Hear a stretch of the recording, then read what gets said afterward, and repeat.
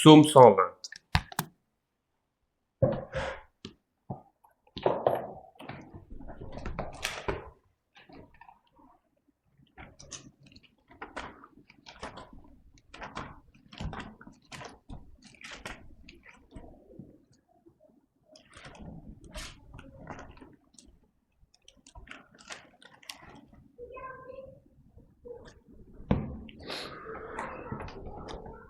Cantique des degrés.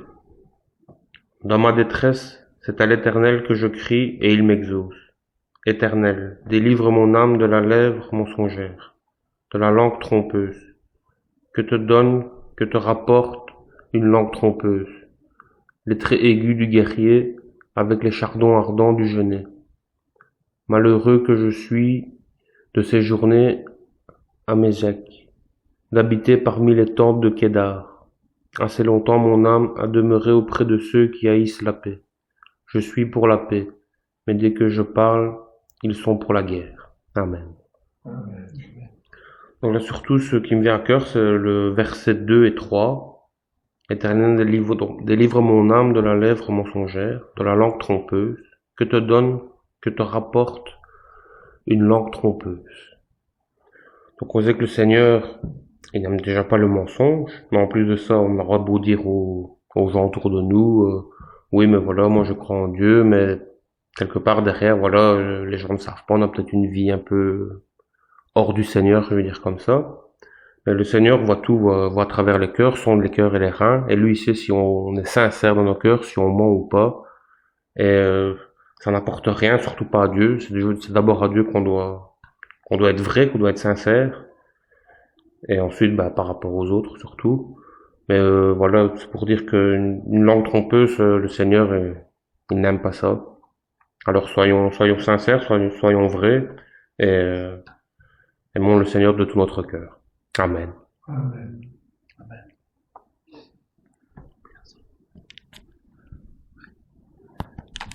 On va prier ensemble.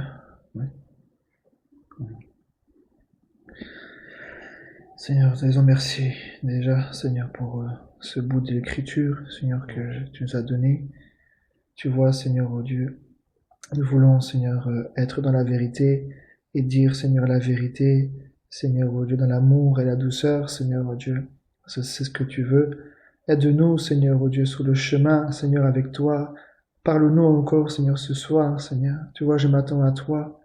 Seigneur, tu vois les combats et les batailles, Seigneur, depuis 2 jours, Seigneur, mais je sais, Seigneur, oh Dieu, que, comme ta parole le dit, que tu délivres, Seigneur, oh Dieu.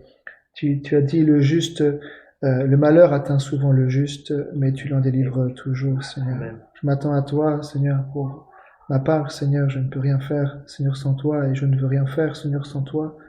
Alors si tu le veux, si tu l'as vu bon, Seigneur, de m'utiliser, Seigneur, pour que ta parole, Seigneur, soit donnée et que nous puissions être accrochés à toi et à ta parole, alors puisses-tu agir, Seigneur. Je m'attends à toi. Que ton esprit soit au milieu de nous pour parler, dominer, Seigneur, et agir. Domine, Seigneur, oh Dieu, en ce lieu, parce que nous t'acceptons en tant que chef, t'acceptons en tant que chef et conducteur de l'Église, alors puisses-tu diriger toutes choses comme toi tu as envie, Père. Merci pour tout et te remercions, nous te louons au nom de Jésus-Christ. Amen. Amen.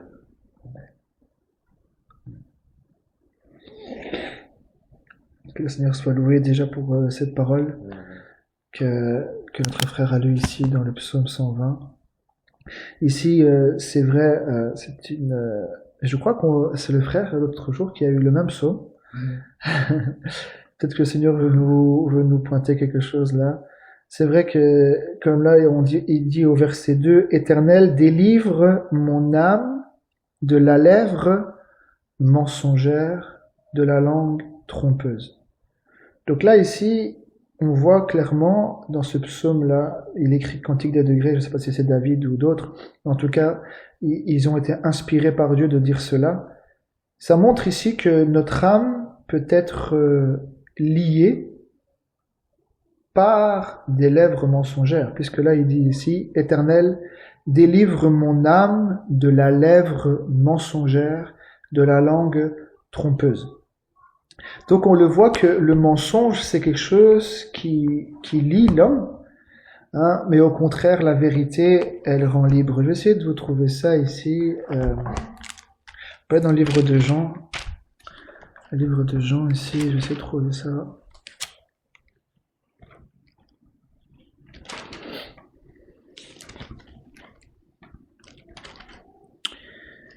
Attendez, hein, je vais voir si je peux trouver ça ici.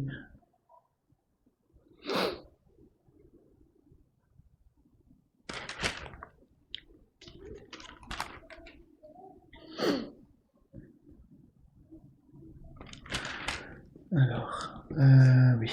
Donc dans Jean au chapitre 8, Jean 8.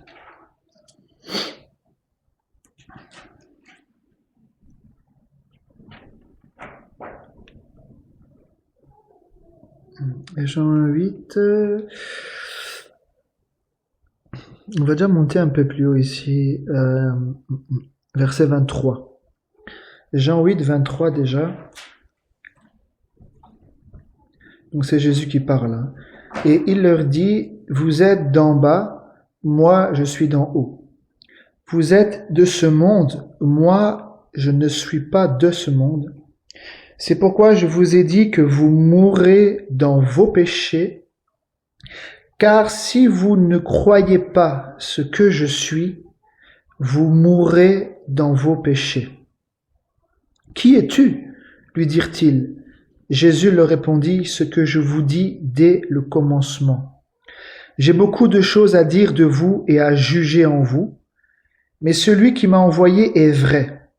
Et ce que j'ai entendu de lui, je le dis au monde. Ils ne comprirent point qu'il leur parlait du Père. Jésus leur dit donc, quand vous aurez élevé le Fils de l'homme, alors vous connaîtrez ce que je suis, et que je ne fais rien de moi-même, mais que je parle selon ce que le Père m'a enseigné.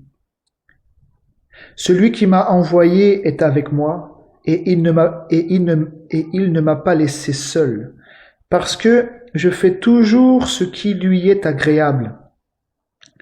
Comme Jésus parlait ainsi, plusieurs crurent en lui, et il dit aux Juifs qui avaient cru en lui, « Si vous demeurez dans ma parole, vous êtes vraiment mes disciples. Vous connaîtrez la vérité, et la vérité vous affranchira. » Ils lui répondirent, « Nous sommes la postérité d'Abraham, et nous ne fûmes jamais esclaves de personne. Comment dis-tu, vous deviendrez libres? En vérité, je vous le dis, le répliqua Jésus, quiconque se livre au péché est esclave du péché. Or, l'esclave ne demeure pas toujours dans la maison, le Fils y demeure toujours. Si donc le Fils vous affranchit, vous serez réellement libre. Amen. Donc là, ici, on le voit quand on a lu déjà au verset 24, il dit, c'est pourquoi je vous ai dit que vous mourrez dans vos péchés, car si vous ne croyez pas ce que je suis, vous mourrez dans vos péchés. Et là, un peu plus bas, qu'on a lu le verset 31-32, mais je lis plutôt le 32, il dit, vous connaîtrez la vérité et la vérité vous affranchira. C'est qui la vérité? Plus haut, au verset 36, il dit, si donc le Fils vous affranchit, vous serez réellement libres. Mais eux, ils disent, mais nous n'avons jamais été esclaves de personne. Regardez qu'est-ce qu'il dit au verset 33. Ils lui répondirent, nous sommes la postérité d'Abraham et nous fûmes jamais esclaves de personne. Comment dis-tu, vous deviendrez libres? Mais là, Jésus répond, il dit, en vérité, je vous le dis, le répliqua Jésus, quiconque se livre au péché est esclave du péché. Amen. Donc là, ici, quand il dit, vous connaîtrez la vérité et la vérité vous affranchira, et vous serez réellement libre. Au verset 36, il dit, si donc le Fils vous affranchit, vous serez réellement libre. Ça veut dire d'être libéré de tous ses péchés, parce que là, il leur a répliqué, quiconque se livre au péché est esclave du péché. Donc là, ici, le Seigneur avait déjà annoncé avant qu'il puisse mourir, avant qu'il puisse vivre tout ce qu'il a vécu, il avait dit aux Juifs, vous connaîtrez la vérité et la vérité vous affranchira. Donc, parce qu'il fallait attendre qu'il puisse donner sa vie sur le calvaire, il fallait qu'il soit élevé, qu'il puisse donner sa vie pour les péchés et qu'il puisse ressusciter et d'avoir la foi en lui pour pouvoir être réellement affranchi, être réellement libre de tous ses péchés. Parce que un peu plus haut, on le voit, il parle bien des péchés, il dit, mais si vous ne croyez pas ce que je suis, vous mourrez dans vos péchés. Donc quelqu'un qui meurt dans ses péchés sans être affranchi par la vérité, on l'a vu ensemble, quand le corps quitte l'âme, quand l'âme quitte le corps il reste là, il va pourrir, bon, voilà, il sera là-bas dans la poussière, mais l'âme emporte les péchés, parce que la Bible dit que c'est l'âme qui pêche, c'est celle qui mourra. Donc si une personne meurt dans ses péchés, qui n'a pas été affranchie par la vérité, cet homme-là ou cette femme-là qui quitte son corps, son âme emporte ses péchés et il meurt dans ses péchés et il ne pourra plus retourner en arrière. C'est avant de mourir, il dit, comment il dit ça? Attendez, on peut aller voir dans Romains, je vais essayer de vous montrer ça. Il dit, l'homme meurt une fois, c'est comment? Attendez, hein.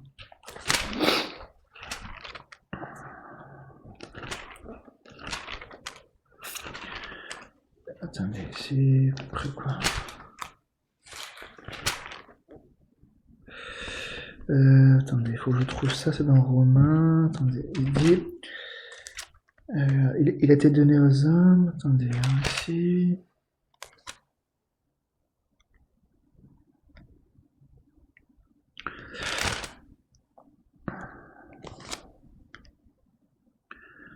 Attendez,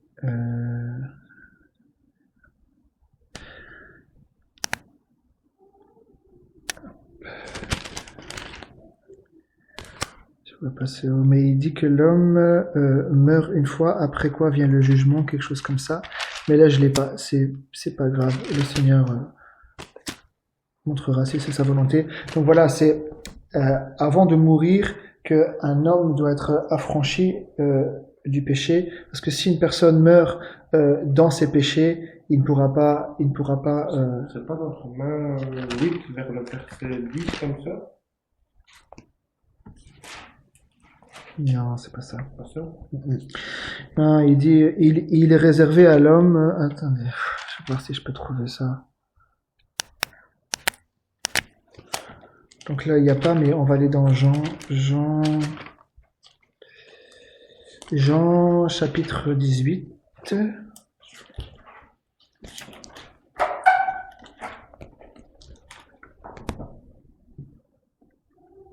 Jean 18. Le verset 35.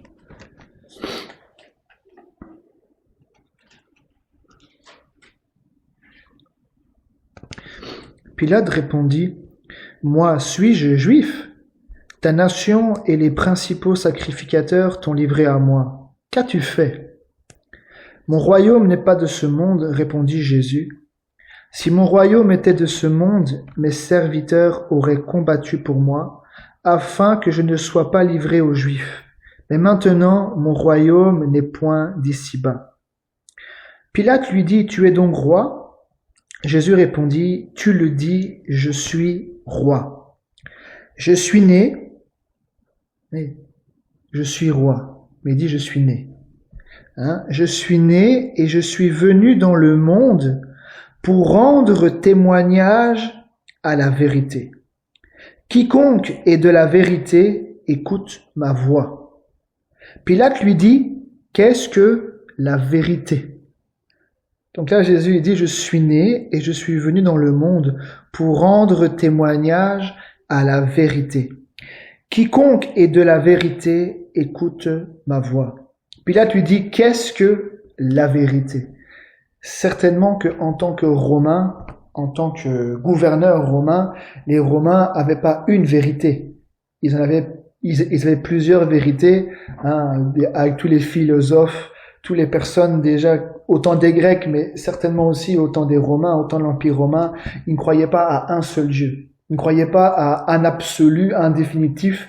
Eux, c'était le relatif. Il peut avoir ça, mais ça aussi comme bonne réponse. Mais lui, il dit, je suis venu pour un témoignage à la vérité. Alors Pilate, il dit, mais qu'est-ce que la vérité? Parce que à ce temps-là, certainement, ils avaient jamais entendu ce genre de choses. Ils avaient plusieurs dieux, des Dianes, des Vénus, des Jupiters, etc. Donc il n'y avait pas une vérité absolue. Hein.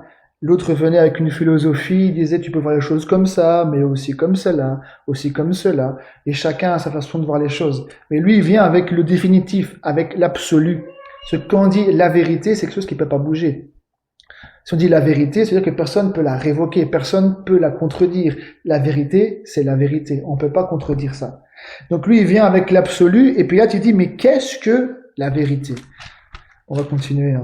Et Jean 14, ici, Jean chapitre 14.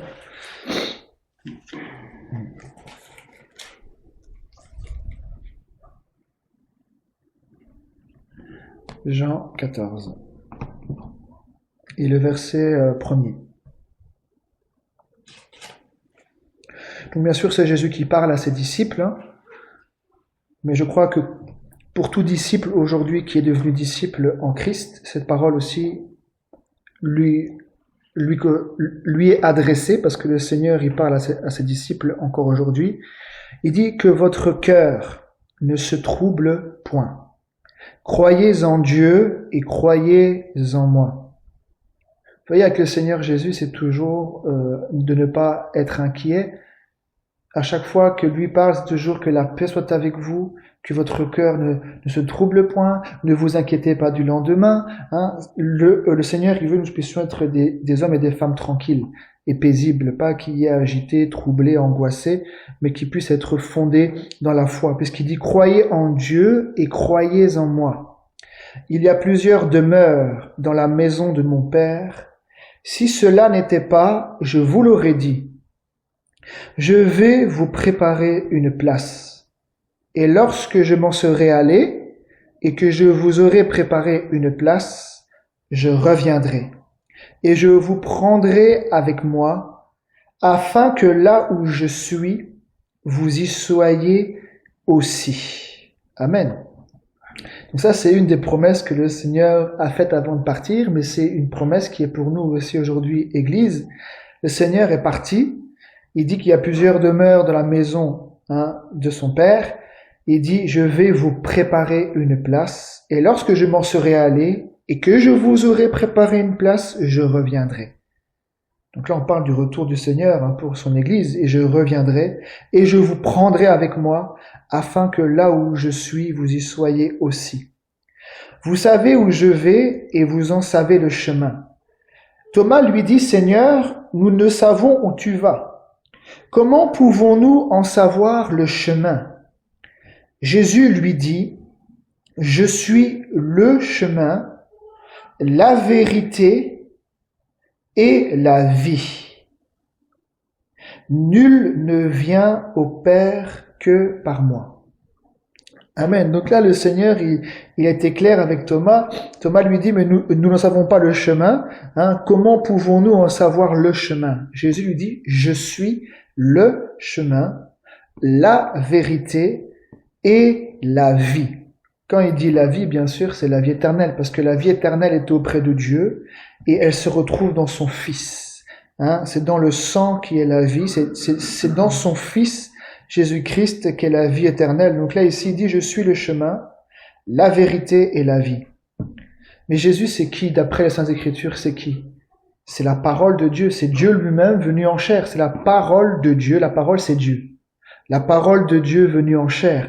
Donc quand il dit que je suis le chemin, lui a tracé un chemin, il a donné des ordonnances, il a donné des lois, des commandements par sa parole, et il a montré un chemin, il a tracé un chemin à travers sa croix, à travers tout ce qu'il a souffert, la manière de pouvoir faire les choses, et lui, il nous a laissé ce chemin-là, et nous devons y marcher, pour pouvoir avoir la vie éternelle.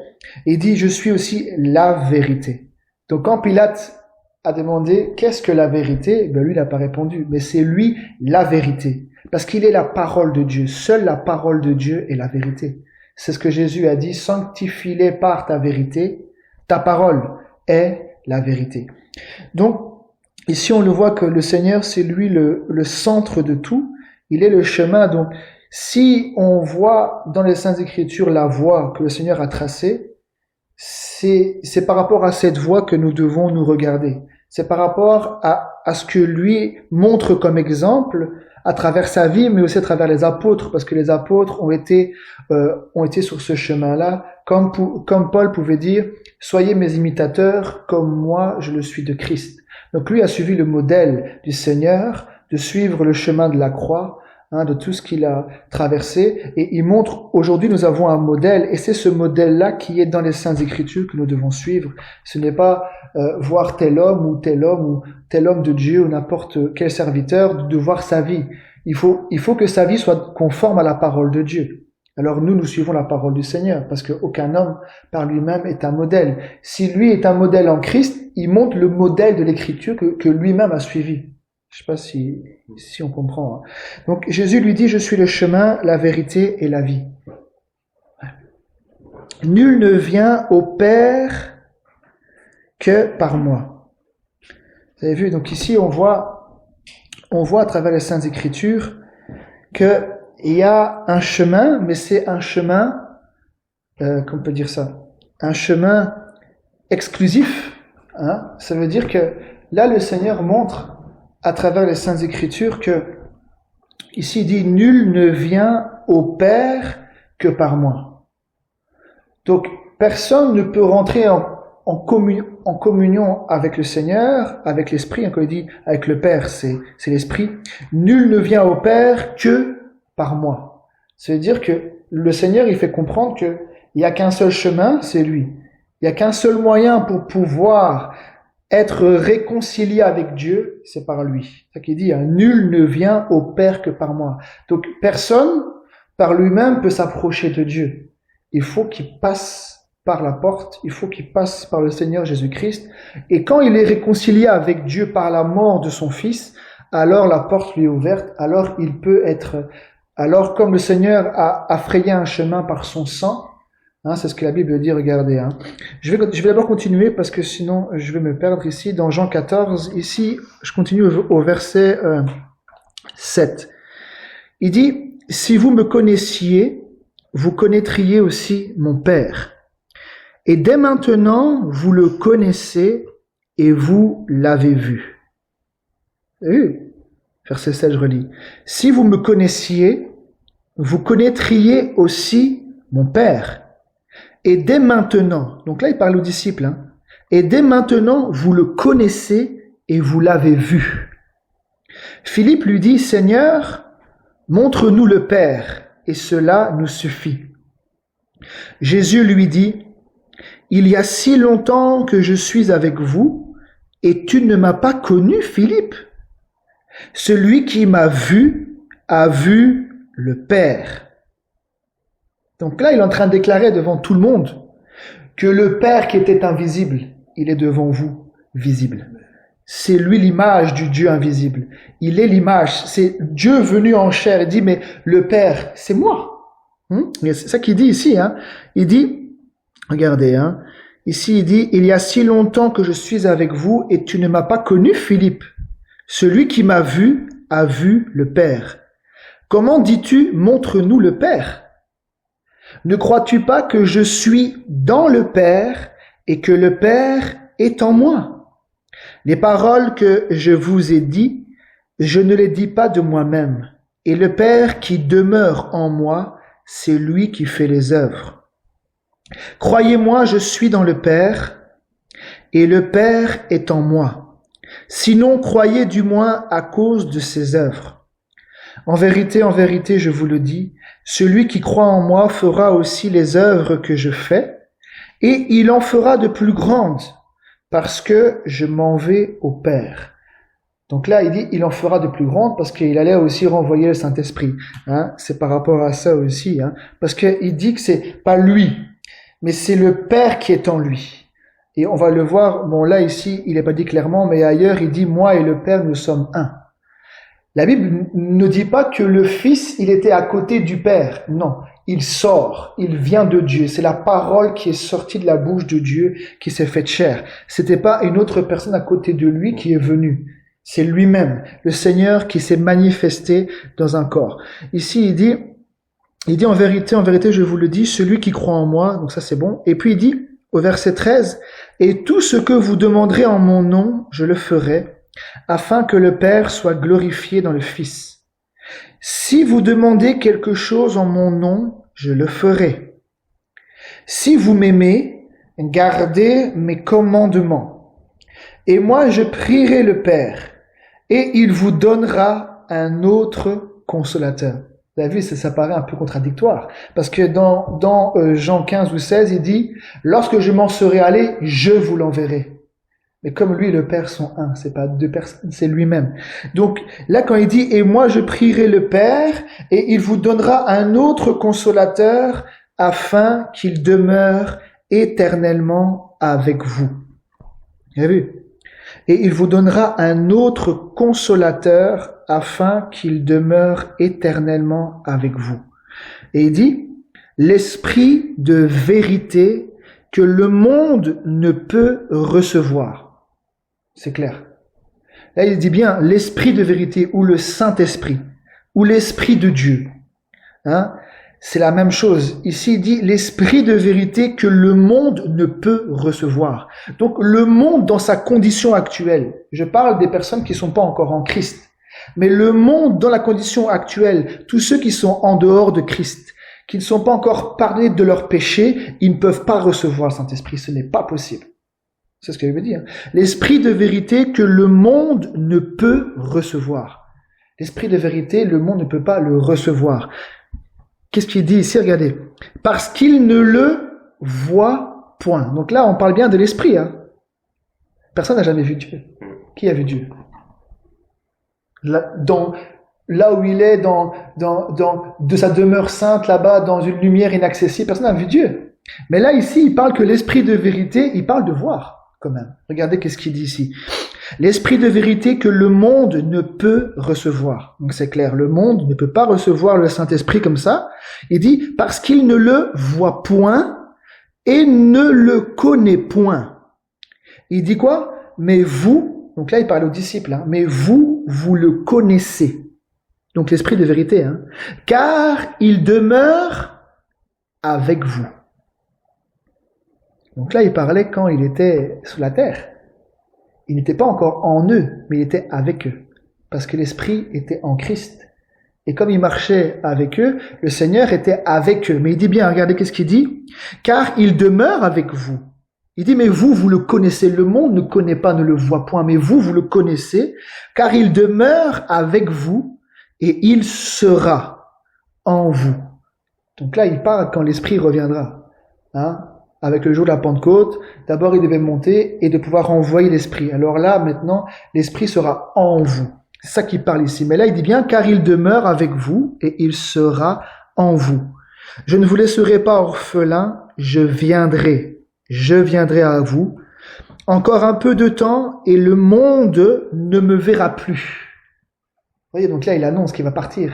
Il savait déjà tout ce qu'il allait subir, sa mort, sa résurrection. Il dit ici, encore un peu de temps, et le monde ne me verra plus. Mais vous me verrez. Car je vis, et vous vivrez aussi. Vous voyez, je vais continuer, mais vous voyez, et déjà ici, le Seigneur avait déjà annoncé, encore un peu de temps, et le monde ne me verra plus. Physiquement. Mais vous me verrez, car je vis et vous vivrez aussi. Il dit, en ce jour-là, hein, quand les disciples le verraient, sous la forme du Saint-Esprit, puisqu'il dit Christ en vous.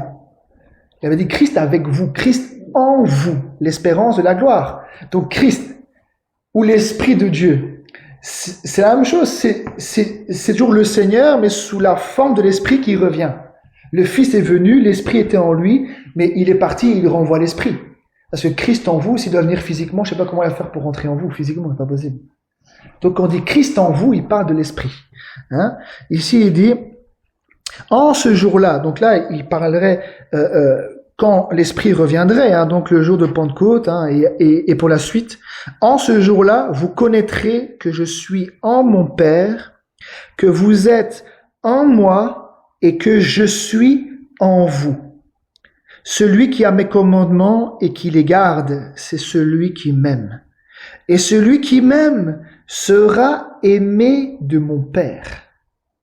Je l'aimerai et je me ferai connaître à lui. David dit, celui qui a mes commandements et qui les garde, c'est celui qui m'aime. Et celui qui m'aime sera aimé de mon Père. Je l'aimerai et je me ferai connaître à lui. Jude, non pas l'Iscariote, lui dit, Seigneur, d'où vient que tu te feras connaître à nous et non au monde? D'où vient que tu te feras connaître à nous et non au monde? Puisqu'il dit le monde ne peut pas recevoir, mais vous me verrez. Mais le monde ne peut pas recevoir l'esprit de vérité et il ne le voit pas, parce qu'il ne le connaît pas. Il dit, mais vous le connaissez parce que il demeure avec vous et il sera en vous, l'esprit de vérité. Regardez qu'est-ce qu'il dit. Hein? Ici, il dit, Jésus lui répondit, si quelqu'un m'aime, il gardera ma parole et mon Père l'aimera. Nous viendrons à lui et nous ferons notre demeure chez lui. Quand il dit nous viendrons à lui, ça veut dire quoi? La vérité, c'est Jésus. La vérité, c'est qui? C'est Jésus. Mais la vérité, c'est qui? C'est la parole. Donc, la parole et le Père, c'est l'esprit. Les deux. L'esprit de vérité va avec la parole de vérité. C'est pour ça qu'il dit, nous viendrons à lui et nous ferons notre demeure chez lui. Et l'esprit de vérité, il va avec la parole de vérité. D'abord, la vérité qui est Christ est annoncée. Tu es dans la vérité et lui aussi, après, il vient aussi habiter en toi.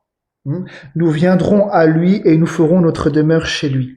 Celui qui ne m'aime pas ne garde point mes paroles, et la parole que vous entendez n'est pas de moi, mais du Père qui m'a envoyé. Je vous ai dit ces choses pendant que je demeure avec vous. Oui, c'est ce qu'il a dit tout à l'heure par rapport à l'esprit de vérité. Il dit car il demeure avec vous. Il parlait de lui. Et il sera en vous. Et là ici il dit, je vous ai dit ces choses pendant que je demeure avec vous. Mais le consolateur, l'Esprit Saint, que le Père enverra en mon nom, vous enseignera toutes choses et vous rappellera tout ce que je vous ai dit. C'est lui qui rappellera. C'est ce qu'il dit ici, hein, quand l'Esprit Saint, le consolateur, l'Esprit Saint, que le Père enverra en mon nom, vous enseignera toutes choses et vous rappellera tout ce que je vous ai dit. Vous voyez, c'est l'œuvre du Saint-Esprit. Dans les Saintes Écritures, ici, ce n'est pas l'œuvre d'un homme, c'est l'œuvre du Saint-Esprit qui agit envers un homme. Regardez, je vais vous montrer. Je continue encore un peu plus loin. Qu'est-ce qu'il dit ici? Si on va dans Jean 15, ici Jean 15, regardez, Jean 15, verset 26. Jean 15, verset 26. Il dit, quand sera venu le consolateur? Vous voyez, c'est un mot puissant. Le consolateur.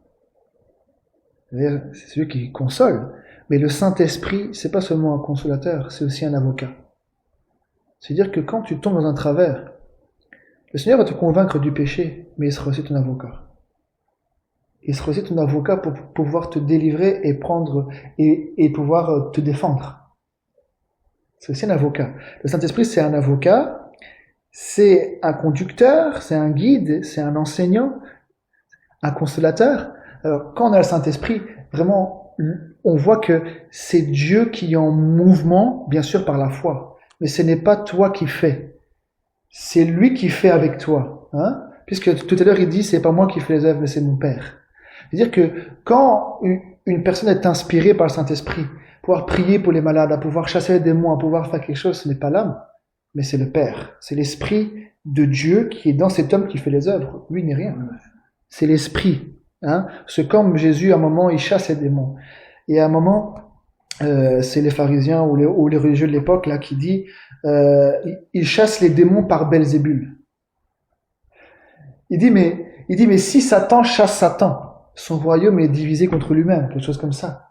Il dit, mais si c'est par l'Esprit de Dieu que je chasse, alors le royaume de Dieu est descendu parmi vous. Je vais essayer de vous le lire, pour montrer que on a besoin, dès le départ, on le voit que l'Église, oui, ils ont pu prêcher, ils ont pu partir 2 à 2 pour voir, mais là où ça a vraiment commencé, c'est quand l'Esprit est descendu en eux, ça a donné le moteur à l'Église, la vie de Christ est revenue en eux, et c'est comme ça que le Seigneur a pu continuer son œuvre, à pouvoir parler, à pouvoir agir, à pouvoir faire, pour que les personnes puissent croire en lui et rentrer aussi dans le royaume. Regardez qu'est-ce qu'il dit, donc dans Jean 15, il dit, verset 26, il dit, quand sera, oui, il n'était pas encore venu, c'est un futur, quand sera venu le Consolateur que je vous enverrai de la part du Père, l'Esprit de vérité qui vient du Père, il rendra témoignage de moi. Donc, aujourd'hui, le Seigneur, il parle à travers, aujourd'hui, beaucoup de serviteurs dans le monde. Mais quand il utilise des hommes pour pouvoir parler, il rend témoignage. Il rend témoignage à son Fils. C'est ce qu'il dit, Quand il sera venu, l'Esprit de vérité qui vient du Père, il rendra témoignage de moi. Comme souvent on le dit, nous, on n'était pas là-bas à Golgotha. Je peux le croire. Mais quand tu le crois, le Seigneur te rend témoignage. Il te convainc de sa vérité à lui. Parce que lui était témoin. Le Seigneur lui-même était témoin. Il a vu, il a entendu. Alors il vient te rendre témoignage. Que ça, c'est la vérité. Il y a quelque chose dans ton cœur, tu as une conviction que ça, c'est la vérité qui vient de Dieu. Il rend témoignage. Il rendra témoignage de moi. Et vous aussi, vous rendrez témoignage parce que vous êtes avec moi dès le commencement. Je continue, 16, verset 7.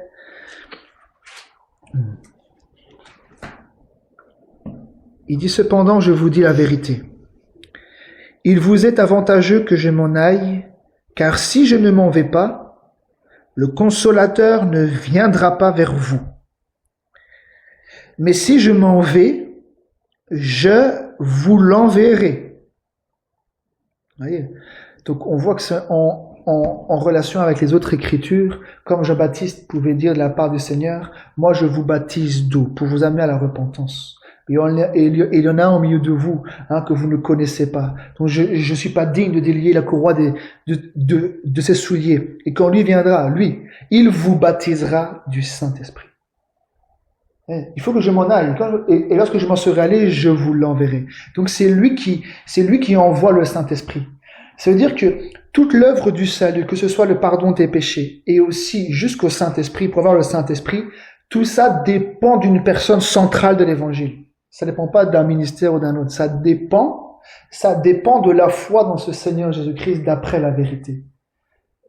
Et dans l'Ancien Testament, on peut le voir que le feu, souvent, c'est le Saint-Esprit et le feu. On peut le voir que le feu, c'est toujours une réponse de Dieu. Donc, quand le Seigneur donne le Saint-Esprit à quelqu'un, c'est une réponse. C'est-à-dire qu'il agrée. C'est-à-dire qu'il scelle que tu lui appartiens. Donc, je continue. Regardez qu'est-ce qu'il dit ici. Donc, le Consolateur, car si je ne m'en vais pas, le Consolateur ne viendra pas vers vous, mais si je m'en vais, je vous l'enverrai. Et quand il sera venu, il parle de l'Esprit de vérité, le Consolateur. Et quand il sera venu, il convaincra le monde en ce qui concerne le péché, la justice et le jugement. Alors il détaille le péché, justice et jugement. Il dit en ce qui concerne le péché, parce qu'il ne croit pas en moi. Et donc là, on peut le voir que le péché originel, c'est l'incrédulité. C'est l'incrédulité qui a donné une conséquence. C'est le fait qu'ils n'ont pas cru à la parole au départ. Il y a une désobéissance à la parole. Ils n'ont pas cru à la parole alors que le Seigneur était clair. C'est le fait d'être incrédule qui pousse l'homme à pouvoir pécher. Mais quand l'homme maintenant est visité par le Seigneur, qu'est-ce qui se passe? Il y a une repentance qui se fait. On va le voir, l'apôtre Paul, c'était un croyant. Mais tout ce qu'il faisait, il était complètement dans l'incrédulité. Il croyait au au Dieu de ses pères, mais il n'avait pas encore vu le Seigneur. Mais quand il a rencontré le Seigneur sur le chemin de Damas, alors là, c'était fini. Il ne croyait pas parce qu'il n'avait pas encore vu. Il n'avait pas encore rencontré ce Seigneur-là dans sa vie. Mais quand il l'a rencontré, c'était fini. Après, il était baptisé, il est devenu un disciple. Et le Seigneur, on voit que derrière, en fait, déjà, il a été mis à part dès le sein de sa mère, mais il ne savait pas. Il ne savait pas qu'il était destiné à être apôtre. Là, c'était un pharisien zélé, il prenait tout le monde là, il voulait mettre en prison, tirer hommes et femmes des maisons, les mettre en prison pour quiconque là aujourd'hui, on invoque le nom du Seigneur. Imagine un Paul qui rentre ici, il te met en prison. Et cet homme-là t'apprend que lui devient apôtre, il va dire non. Dieu confond les hommes. Hein. Là, c'était un homme, mais c'était un meurtrier. Il était là, il a vu le meurtre d'Étienne. Il a donné son suffrage. Mais cet homme-là qui était plein de meurtres, de violence, zélé pour la loi, dans la violence, il ne connaissait pas le Seigneur. Pourtant, il croyait en Dieu. Ah ben, pour pouvoir faire ce qu'il a fait, il croyait certainement en Dieu. Mais il n'avait pas encore rencontré le Seigneur. Vous voyez, donc, que le Seigneur nous aide. Regardez qu'est-ce qu'il dit ici. Donc là, il dit, en ce qui concerne le péché, parce qu'il ne croit pas en moi. Vous voyez, c'est en relation avec ce qu'il a dit, hein, parce qu'il ne croit pas en moi. Qu'est-ce que Jésus a dit là-bas dans Jean qu'on a vu?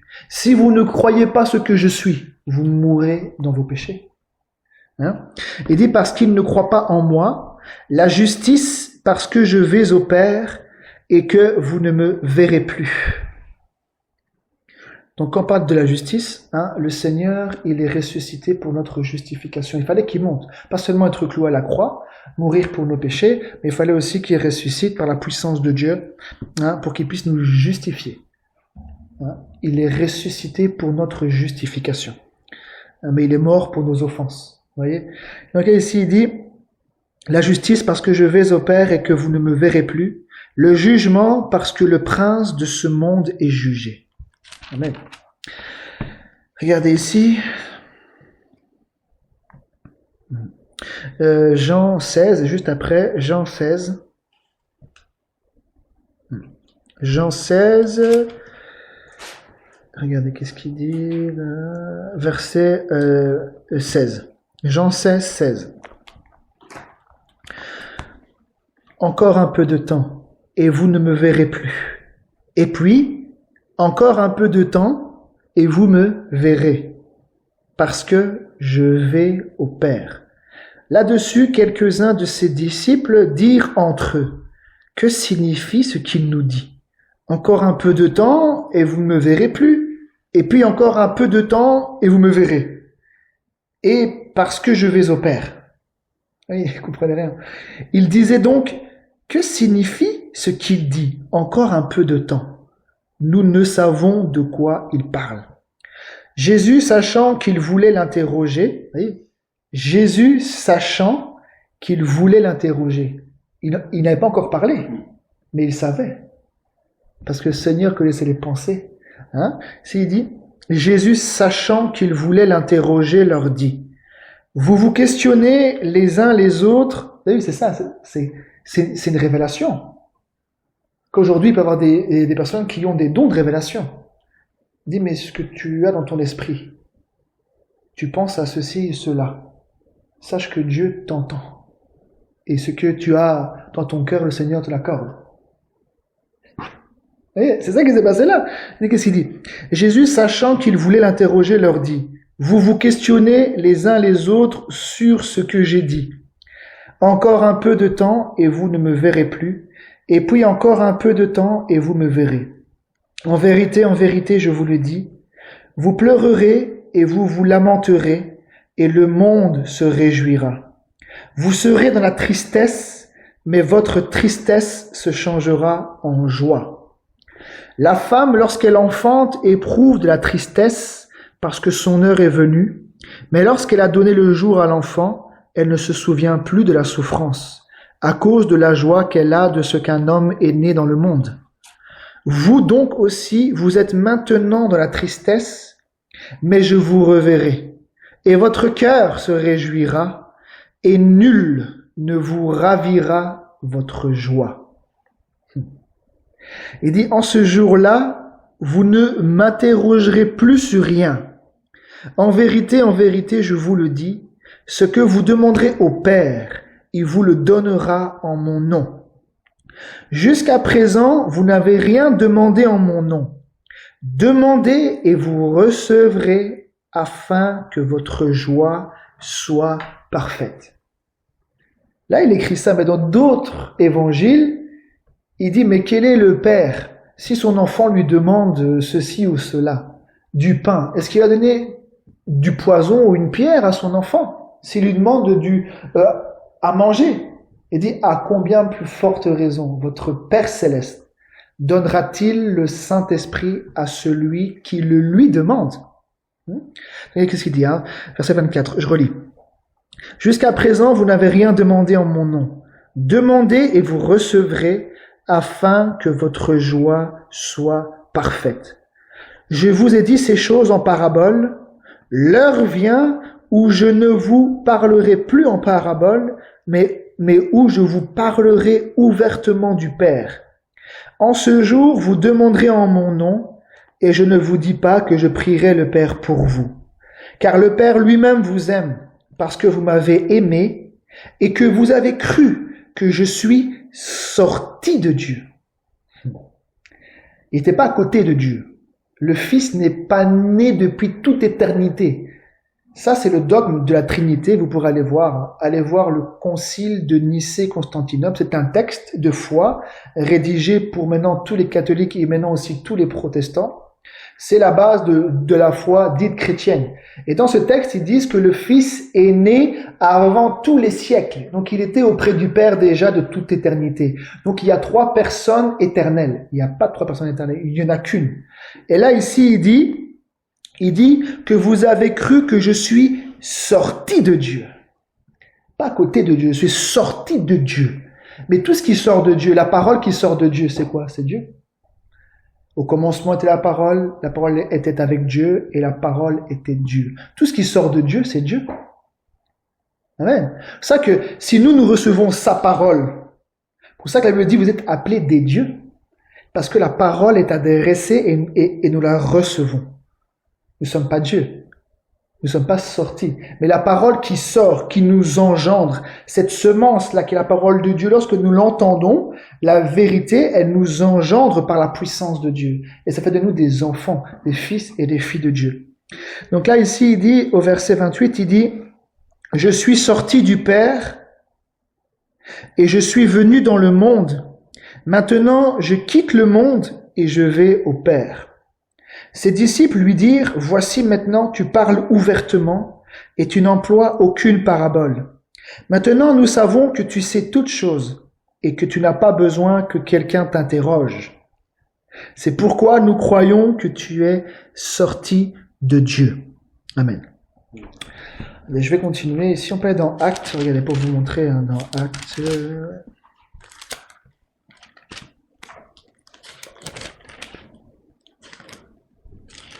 Il faut que je trouve ça ici.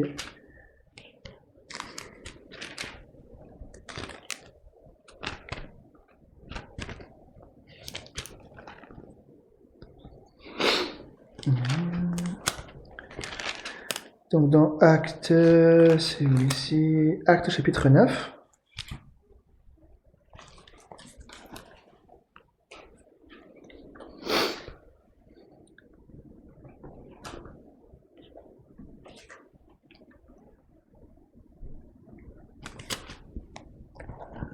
Actes chapitre 9. Et le verset premier. Attendez un petit instant ici, je regarde ici. Hop.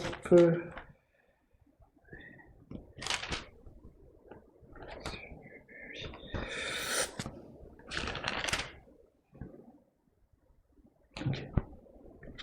Au verset 1, il dit « Cependant, Saul, respirant encore la menace et le meurtre contre les disciples du Seigneur, se rendit chez le souverain sacrificateur et lui demanda des lettres pour les synagogues de Damas, afin que, s'il trouvait des partisans de la nouvelle doctrine, hommes ou femmes, il les amena liés à Jérusalem. Comme il était en chemin et qu'il approchait de Damas, tout à coup une lumière venant du ciel resplendit autour de lui. Il tomba par terre et il entendit une voix qui lui disait « Saul, Saul, pourquoi me persécutes-tu » Il répondit « Qui es-tu, Seigneur ?» Et le Seigneur dit « Je suis Jésus que tu persécutes. Il te serait dur de regimber contre les aiguillons. » Tremblant et saisi d'effroi, il dit « Seigneur, que veux-tu que je fasse ?» Et le Seigneur lui dit, lève-toi, entre dans la ville et on te dira ce que tu dois faire. Les hommes qui l'accompagnaient demeurèrent stupéfaits. Ils entendaient bien la voix, mais ils ne voyaient personne. Et pourtant, lui, la lumière, il l'a vue. Mais ceux qui étaient à côté de lui, il dit, mais il ne voyait personne. Saul se releva de terre et quoique ses yeux soient ouverts, il ne voyait rien. On le prit par la main et on le conduisit à Damas. Après, il dit, il resta 3 jours sans voir et il ne mangea ni ne but. Or, il y avait à Damas un disciple nommé Ananias. Le Seigneur lui dit dans une vision, Ananias. Il répondit, me voici, Seigneur. Et le Seigneur lui dit, lève-toi, va dans la rue qu'on appelle la droite et cherche dans la maison de Judas un nommé Saul de Tarse. Car il prie, et il a vu en vision un homme du nom d'Ananias qui entrait et qui lui imposait les mains afin qu'il recouvre la vue. Ananias répondit, « Seigneur, j'ai appris de plusieurs personnes tous les maux que cet homme a fait à tes saints dans Jérusalem. Et il a ici des pouvoirs de la part des principaux sacrificateurs pour lier tous ceux qui invoquent ton nom. » Et il a ici des pouvoirs de la part des principaux sacrificateurs pour lier tous ceux qui invoquent ton nom. Mais le Seigneur lui dit, va, car cet homme est un instrument que j'ai choisi pour porter mon nom devant les nations, devant les rois et devant les fils d'Israël, et je lui montrerai tout ce qu'il doit souffrir pour mon nom. Ananias sortit, et lorsqu'il fut arrivé dans la maison, il imposa les mains à Saul en disant, « Saul, mon frère, le Seigneur Jésus qui t'est apparu sur le chemin. » Vous voyez, le Seigneur Jésus qui t'est apparu sur le chemin. Il n'a pas apparu physiquement. Il dit une lumière resplendissante. Mais une voix retentit. Il dit, « Qui es-tu, Seigneur ?» C'est une voix. « Je suis Jésus que tu persécutes. » Donc là, quand il dit qu'il a vu le Seigneur, c'est pas le Seigneur dans une vision. C'est pas avec une forme, il a vu une lumière, puisque ses yeux ont été aveugles pendant 3 jours. Vous voyez? Ici, il dit, « Saul, mon frère, le Seigneur Jésus qui t'est apparu sur le chemin par lequel tu venais, m'a envoyé pour que tu recouvres la vue et que tu sois rempli du Saint-Esprit. » Au même instant, il tomba de ses yeux comme des écailles et il recouvra la vue. Il se leva et fut baptisé. Et après qu'il eut pris de la nourriture, les forces lui revinrent. Amen. Je vais continuer plus loin. Et si on peut aller dans Acte 26, je crois, par là.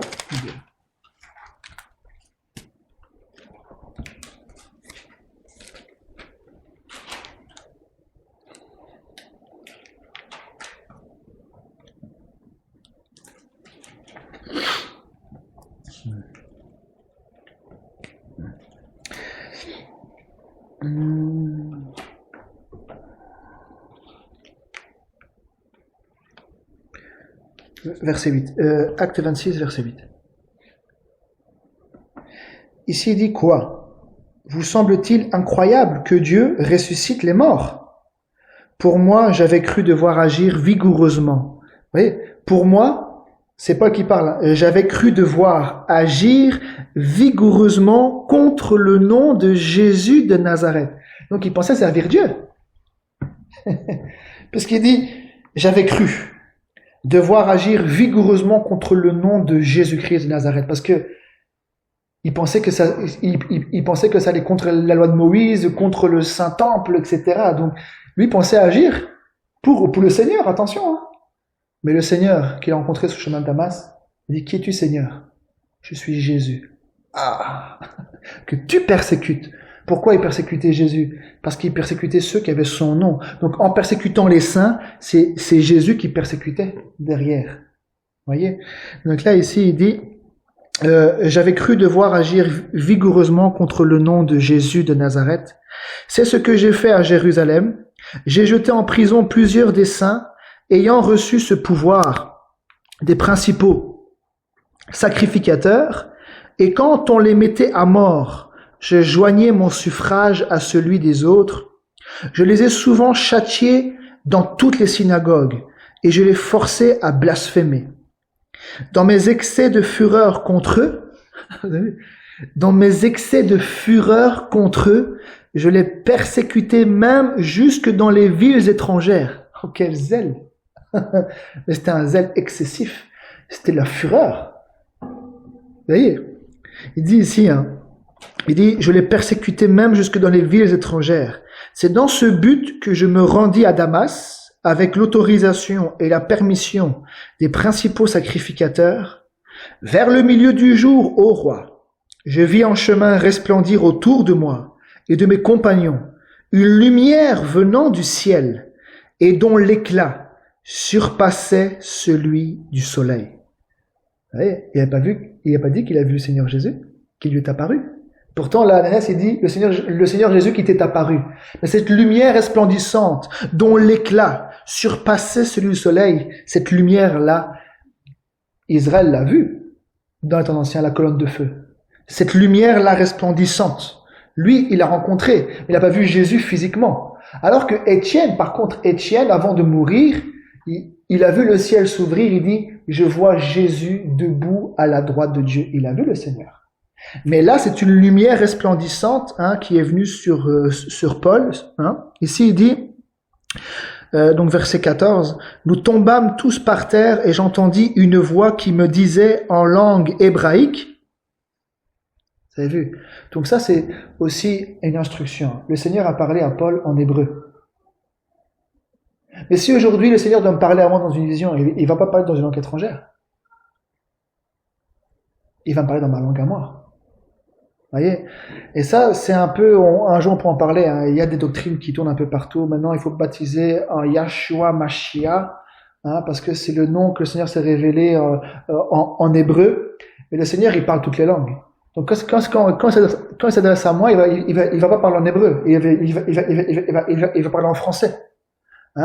Et le Seigneur, il a déjà montré à plusieurs reprises, à travers beaucoup de serviteurs de Dieu, que le nom de Jésus-Christ, le Seigneur répond. Beaucoup ont fait les choses au nom du Seigneur Jésus-Christ. Le Seigneur a agréé ce nom-là par son autorité. Des démons étaient chassés, des gens étaient guéris, des gens ont été sauvés.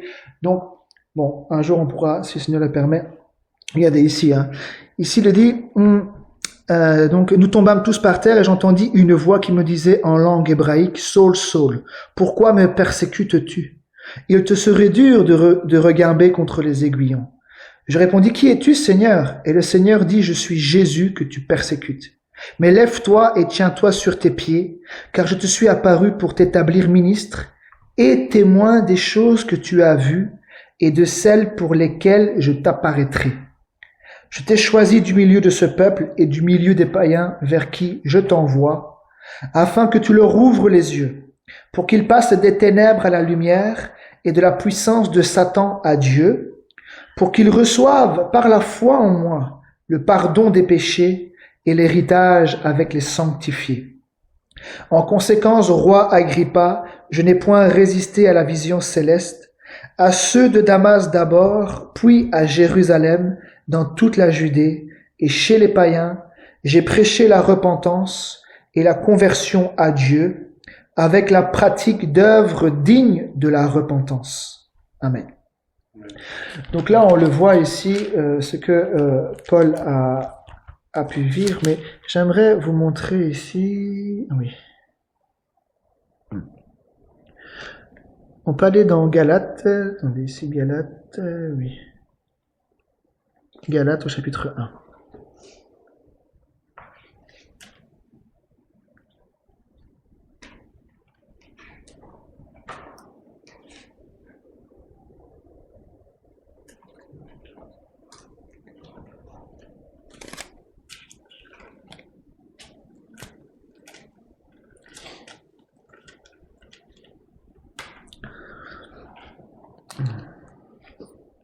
Galates 1 et le verset verset 11. Il dit, « Je vous déclare, frères, que l'évangile qui a été annoncé par moi n'est pas de l'homme, car je ne l'ai ni reçu ni appris d'un homme, mais par une révélation de Jésus-Christ. Vous avez su en effet quelle était autrefois ma conduite dans le judaïsme, comment je persécutais à outrance et ravageais l'Église de Dieu, et comment j'étais plus avancé dans le judaïsme que beaucoup de ceux de mon âge et de ma nation, étant animé d'un zèle excessif pour les traditions de mes pères. » Amen. Donc là, ici, on le voit, il le redit, qu'il était zélé pour le judaïsme, mais j'aimerais vous montrer une écriture, mais je ne sais pas si le Seigneur permettra un instant. Dans une écriture, il parle de ça, mais si un jour je la trouve, je pourrais vous l'envoyer. Donc là, à un moment, il dit qu'il agissait dans l'incrédulité. Ça veut dire qu'il croyait servir Dieu. Il croyait certainement servir le Seigneur, parce que le judaïsme, quand même, quand tu mets en application la loi, quand tu veux faire tout ce qu'il faut pour la loi, que tu es zélé pour la loi, et que tu vas jusqu'à défendre la religion, c'est parce que quand même, quelque part, tu cherches à servir Dieu. Mais il ne connaissait pas réellement ce Seigneur-là. Mais quand il a rencontré le Seigneur réellement, cette lumière-là est venue dans sa vie, il a réellement été converti, il a vraiment cru dans le Seigneur Jésus-Christ, et sa vie a été changée, il a été baptisé, et après, il a servi le Seigneur. Donc, on peut le voir, on a déjà vu ensemble que même Job qui certainement servait le Seigneur, il craignait Dieu, se détournant du mal, certainement qu'il marchait droitement devant le Seigneur. Mais c'est seulement avec une expérience aussi qu'il a pu rencontrer réellement le Seigneur, qu'il a pu faire une expérience. Il dit, « Mes oreilles avaient entendu parler de toi, et maintenant mes yeux t'ont vu. » Je vais continuer un peu ici. On peut aller dans Actes chapitre 4.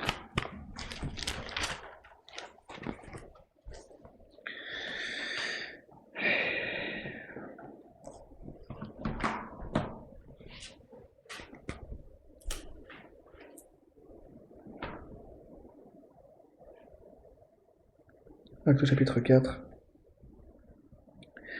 Verset 8. Acte 4, verset 8.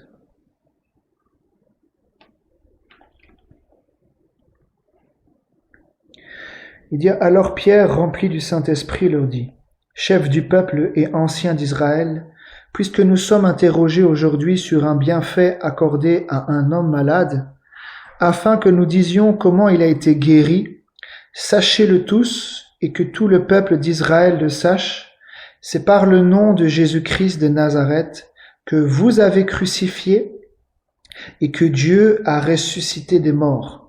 C'est par lui que cet homme se présente en pleine santé devant vous. Il dit, Jésus est la pierre rejetée par vous qui bâtissez et qui est devenue la principale de l'angle.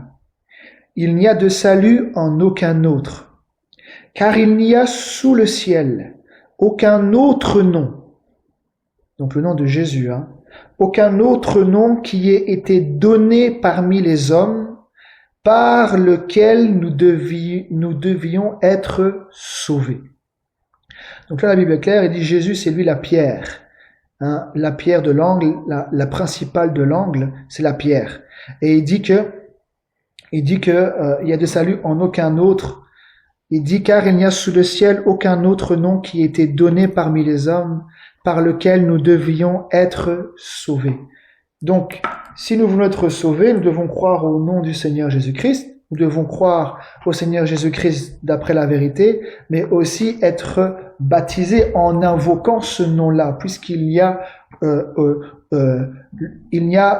dans aucun autre nom, ici qui dit, car il n'y a sous le ciel aucun autre nom qui ait été donné parmi les hommes par lequel nous devions être sauvés. Je vais vous montrer ça ici, on peut aller dans Daniel.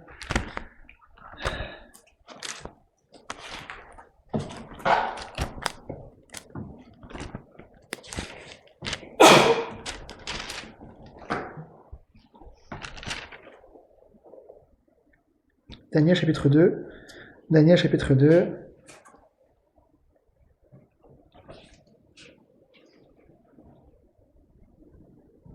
Verset 31.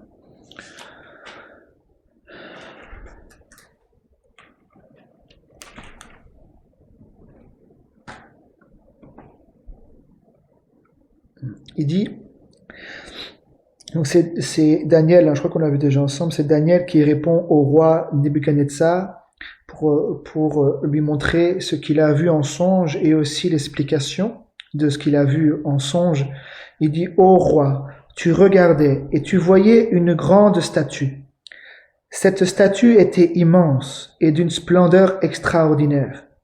Elle était debout devant toi et son aspect était terrible. La tête de cette statue était d'or pur, sa poitrine et ses bras étaient d'argent. Son ventre et ses cuisses étaient d'airain, ses jambes de fer, ses pieds en partie de fer et en partie d'argile. Tu regardais lorsqu'une pierre se détacha sans le secours d'aucune main, frappa les pieds de fer et d'argile de la statue et les mit en pièces. Alors le fer, l'argile, l'airain, l'argent et l'or furent brisés ensemble et devinrent comme la balle qui s'échappe du nerf en été. Le vent les emporta et nulle trace n'en fut retrouvée. Mais la pierre qui avait frappé la statue devint une grande montagne et remplit toute la terre. Voilà le songe, nous en donnerons l'explication devant le roi. Donc là je passe, bien sûr. Là ici il parle à la statue qui a 4 grands royaumes, mais on va lire pour nous, ce qui concerne pour nous le 4e royaume qui est l'Empire romain. Nous sommes dans le dernier empire que le Seigneur a montré d'abord à Nebuchadnezzar, mais qui a révélé le secret à Daniel. À Daniel, il y a 4 grands empires qui existaient. C'est l'empire babylonien, puis il y a eu l'empire perse avec les Mèdes, puis il y a eu l'empire grec, et puis l'Empire romain. Et nous sommes dans le dernier empire aujourd'hui.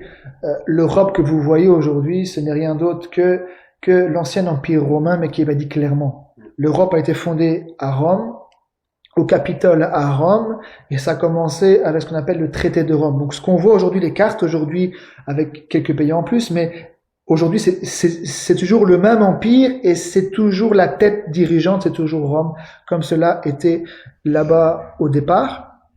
D'ailleurs, Constantin était un empereur romain, et après tout le catholicisme, même l'Église catholique rend hommage à l'empereur Constantin, qui dit qu'il a vu une croix dans le ciel et qu'il s'est converti, mais il n'était rien de tout ça.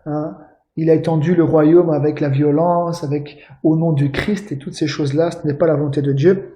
Donc ici au verset 40, Daniel 2, verset 40, il dit « Il y aura un 4e royaume, fort comme du fer. De même que le fer brise et rompt tout, il brisera et rompra tout, comme le fer qui met tout en pièces. Et comme tu as vu les pieds et les orteils en partie d'argile de potier et en partie de fer, ce royaume sera divisé.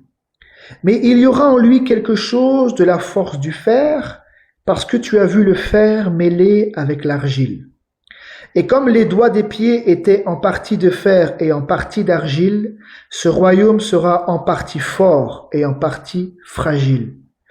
Tu as vu le fer mêlé avec l'argile parce qu'ils se mêleront par des alliances humaines, mais ils ne seront point unis l'un à l'autre. De même que le fer ne s'allie point avec l'argile. Dans le temps de ces rois, le Dieu des cieux suscitera un royaume qui ne sera jamais détruit et qui ne passera point sous la domination d'un autre peuple. Il brisera et détruira tous ces royaumes-là et lui-même subsistera éternellement. C'est ce qu'indique la pierre que tu as vu se détacher de la montagne sans le secours d'aucune main, et qui a brisé le fer, l'airain, l'argile, l'argent et l'or. Le grand Dieu a fait connaître au roi ce qui doit arriver après cela. Le songe est véritable et son explication est certaine. Amen. Donc là, on le voit au départ, il lui explique ce qu'il a vu comme songe. Il voit une statue avec différents matériels, de l'or, l'argent, de l'airain, du fer, l'argile, tout ça. Et il voit une pierre qui se détache sans le secours d'aucune main et qui vient briser la statue. Et il dit là, je relis le verset 44, regardez. Il dit, dans le temps de ces rois, le Dieu des cieux suscitera un royaume qui ne sera jamais détruit et qui ne passera point sous la domination d'un autre peuple. Parce que l'Empire babylonien, les Perses ont pris la domination avec les Mèdes. Et puis les Grecs sont arrivés, ils ont pris la domination du royaume, et jusqu'à aujourd'hui. Mais il dit que ce royaume-là, il ne passera point sous la domination d'un autre peuple. Il brisera et détruira tous ces royaumes-là et lui-même, ce royaume que le Dieu des cieux suscitera, lui-même subsistera éternellement. Il dit, c'est ce qu'indique la pierre que tu as vue se détacher de la montagne sans le secours d'aucune main et qui a brisé le fer, l'airain, l'argile, l'argent et l'or. Amen. On va continuer pour comprendre. Vous voyez, donc là au départ il parle d'une pierre. Il dit que cette pierre-là, c'est le royaume. Le royaume de Dieu qui va descendre. Mais là tout à l'heure on a eu dans le Nouveau Testament que la pierre de l'angle, c'est le Seigneur Jésus-Christ. Maintenant regardez, je vais vous montrer, regardez. Regardez, allons dans Marc ici, pour montrer que la foi dans le Seigneur Jésus-Christ, elle est bien sûr liée au royaume, puisqu'il dit, si un homme ne naît d'eau et d'esprit, il ne peut pas voir le royaume. Si un homme ne naît d'eau et d'esprit, il ne peut pas entrer dans le royaume de Dieu. C'est ça on doit le voir. Donc dans Marc 16, regardez dans Marc 16. Je vais vous montrer comme ça, on a la chose exacte. Dans Marc 16, au verset 15,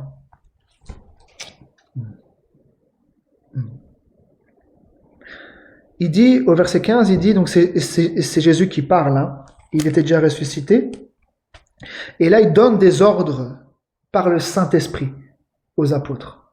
Donc ce sont des ordres donnés par le Saint-Esprit aux apôtres. Et qu'est-ce qu'il donne comme ordre par le Saint-Esprit? Il dit, puis il leur dit, allez par tout le monde et prêchez la bonne nouvelle à toute la création.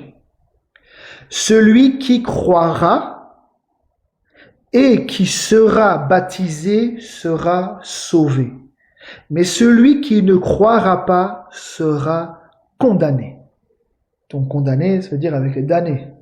C'est-à-dire, quelqu'un qui est condamné, il n'y a plus de grâce. C'est ça qu'on dit le mot condamné. C'est ça qu'il dit ne condamnez pas. Quand on condamne quelqu'un, ça veut dire qu'on dit pour la personne, c'est fini, il n'y a plus de grâce pour lui. Ne condamnons pas. C'est ce que le Seigneur dit.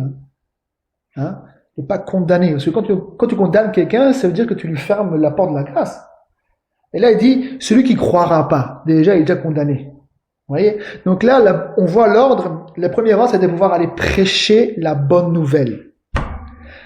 Et celui qui croira à cette bonne nouvelle et qui sera baptisé sera sauvé. Vous voyez? C'est pas seulement le fait d'être baptisé au nom du Seigneur Jésus-Christ. C'est le fait de croire, d'entendre d'abord l'annonce de l'évangile, de croire en ce Seigneur. Celui qui croira et qui sera baptisé sera sauvé. Maintenant, regardez ici, on va dans Matthieu 28.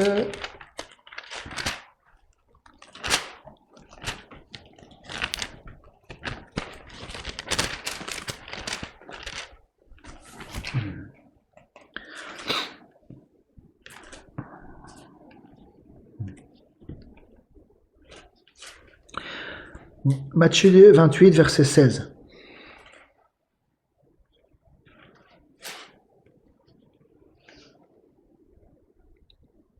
Il dit, les 11 disciples allèrent en Galilée sur la montagne que Jésus leur avait désignée. Quand ils le virent, ils l'adorèrent, mais quelques-uns eurent des doutes. C'était les apôtres qui étaient là, les 11. Les 11 disciples, c'était les 11 apôtres. Il dit, quand ils le virent, ils l'adorèrent, mais quelques-uns eurent des doutes parmi les apôtres. Mais le jour de Pentecôte, c'était différent. Le jour où l'Esprit est descendu, c'était différent. Mais là, avant qu'il reçoive l'Esprit, il y a encore des doutes. Mais quand l'Esprit est descendu, c'était fini le doute. Il devait attendre. Il dit, attendez à Jérusalem, jusqu'à ce que vous receviez la puissance, le Saint-Esprit survenant sur vous, et vous serez mes témoins. Donc là, avant, il y a eu des doutes. Pierre a cru au Seigneur, mais il a quand même coupé l'oreille. Mais quand l'Esprit est descendu, c'était différent. Parce que là, il y avait une assurance qui venait d'en haut. Il y avait quelque chose qui venait d'en haut, au-delà de tout doute. Quelqu'un qui a le Saint-Esprit, il ne peut plus jamais douter. C'est fini. Quand tu as le Saint-Esprit, tu ne peux pas douter de Dieu. Comment tu veux douter de Dieu? Quelqu'un qui a le Saint-Esprit, tu peux pas. Quelqu'un qui a l'Esprit, il ne peut pas douter de la parole. Impossible.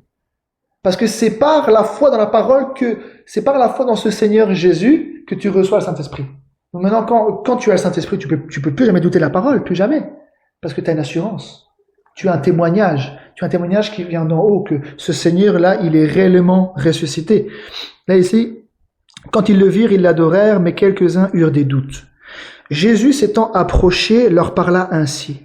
Tout pouvoir m'a été donné dans le ciel et sur la terre. Allez, faites de toutes les nations des disciples, les baptisant au nom du Père, du Fils et du Saint-Esprit. Et enseignez-leur à observer tout ce que je vous ai prescrit.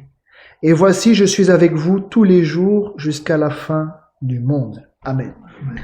Donc là, en fait, pour avoir l'ordre de mission, il faut prendre plusieurs écritures. C'est pas seulement aller, faites de toutes les nations, des disciples. Premièrement, il faut prêcher. Mais ça, on l'a seulement dans Marc. Mais là, il dit pas aller. Mais là, dans Matthieu, il dit, faites de toutes les nations des disciples, les baptisant. Donc, juste le baptême, quoi.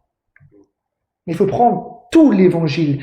On peut pas prendre une écriture, et c'est là où les hommes se trompent, c'est qu'on peut pas prendre une écriture et en faire une doctrine. Il faut tout le témoignage de toutes les saintes écritures pour comprendre le message. Qu'est-ce que le Seigneur a voulu dire? Là, on voit dans Marc, il dit, allez, prêchez la bonne nouvelle à toute la création, celui qui croira et qui sera baptisé. Donc c'est pas seulement le baptême. D'abord l'évangile, celui qui croira, il faut d'abord croire. Et puis être baptisé. Mais là, il dit, faites de toutes les nations des disciples, les baptisant au nom. Vous voyez, le nom là, il n'est pas écrit au pluriel. Il est écrit au singulier. Même dans d'autres traductions, c'est dans le nom. C'est pas dans les noms, dans le nom. Ou au nom, au singulier du Père, du Fils, du Saint-Esprit. Donc on voit bien que c'est un nom qui englobe le Père, le Fils et le Saint-Esprit. C'est ce qui est écrit là. Hein? Les baptisant au nom du Père, du Fils et du Saint-Esprit. Il n'a pas dit au nom du Père, au nom du Fils et au nom du Saint-Esprit. Il n'a pas dit ça. Il dit au nom du Père, du Fils et du Saint-Esprit. Mais on le voit que le Seigneur a donné les clés à Pierre, les clés du royaume des cieux. Il dit, ce que tu liras sur la terre sera lié dans les cieux. Et le Seigneur a répondu, regardez, dans Acte 2, on va revoir ça, Acte 2, 38. Je me dépêche, j'aimerais bien finir ma pensée, si vous le voulez bien. Que j'ai là, Acte 2, regardez, Acte 2, 38, 37. Donc, il faut comprendre que avant que le Seigneur envoie son esprit, il y avait certaines choses. Mais une fois qu'il a donné l'esprit, avant qu'il puisse monter, il a donné des ordres par le Saint-Esprit aux apôtres de pouvoir aller prêcher l'évangile. Vous voyez? Et c'est ce qui est arrivé, ils ont prêché l'évangile. Là, on le voit, Pierre a prêché d'abord l'évangile. C'est pas seulement, Jésus, c'est lui le Seigneur, tu crois, t'es baptisé, tu es sauvé. D'abord, l'évangile est annoncé. Et donc, une fois qu'il a prêché l'évangile, on le voit au verset 37, regardez. C'est pas un homme qui convainc du péché. C'est le Saint-Esprit qui convainc. C'est ce que Jésus a dit. Quand il sera venu, il convaincra. C'est pas un homme. Il convaincra le monde en ce qui concerne le péché. C'est lui qui te convainc. Donc là, Pierre a prêché par le Saint-Esprit. Et on voit toutes les paroles qui ont été données, on a déjà vu ça, d'après les prophètes, que tout s'est réalisé concernant le Seigneur Jésus. Et là, il dit, après avoir entendu ce discours, pas avant, après avoir entendu ce discours, ils eurent le cœur vivement touché. Et ils dirent à Pierre et aux autres apôtres, hommes frères, que ferons-nous?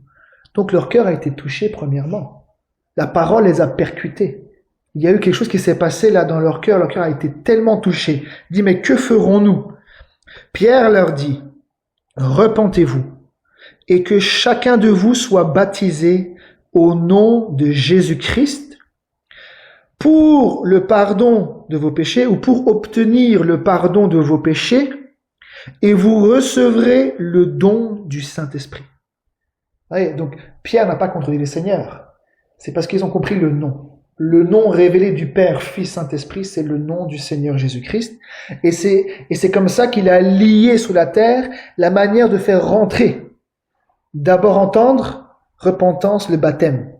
Baptême au nom du Seigneur Jésus-Christ. C'est là où il rentre. C'est là où on rentre.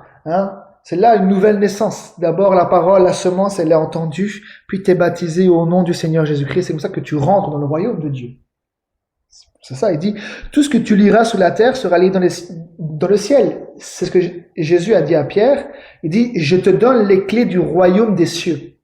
Pas le royaume de Rome, de faire un grand empire romain avec une grande gouvernance mondiale, c'est pas ça qu'il a fait. Il dit, je te donne les clés du royaume des cieux. Ce que tu liras sur la terre sera lié dans les cieux, et ce que tu délieras sur la terre sera délié dans les cieux. Et on le voit que ces clés-là, le Seigneur a conduit Pierre à les mettre en action. Il a lié la méthode. Il a lié le moyen de rentrer dans le royaume. Repentez-vous et que chacun de vous soit baptisé au nom de Jésus-Christ. Puisqu'il n'y a sous le ciel aucun autre nom qui était donné parmi les hommes par lequel nous devions être sauvés. Donc il faut quand même que ce nom-là soit invoqué. Et c'est d'une importance capitale. Si maintenant, tous ceux qui vont entendre, ou tous ceux qui entendent, tous ceux qui entendent ce message d'une manière ou d'une autre, si vous êtes encore baptisés au nom du Père, Fils et Saint-Esprit, sachez que pour Dieu, il y a une différence entre le nom du Père, Fils et Saint-Esprit, qui sont pas des noms, mais des titres. Les titres d'un nom, et le nom véritable du Seigneur Jésus-Christ, parce que c'est en ce nom-là qu'est prêchée la repentance et le pardon des péchés. C'est dans le nom du Seigneur Jésus-Christ. C'est lui qui est mort pour nos péchés et qui est ressuscité le 3e jour par la puissance de Dieu. Regardez, je continue, regardez. On peut aller dans Actes, toujours dans Actes, et je vais essayer d'avancer, tac, ici, dans Actes au chapitre 8.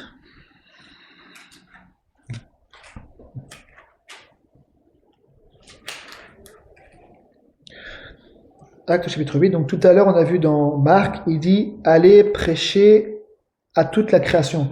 Prêcher la bonne nouvelle. Donc là c'est juste la bonne nouvelle. Mais là on va voir, il parle de la bonne nouvelle de Jésus. Mais je continue pour comprendre.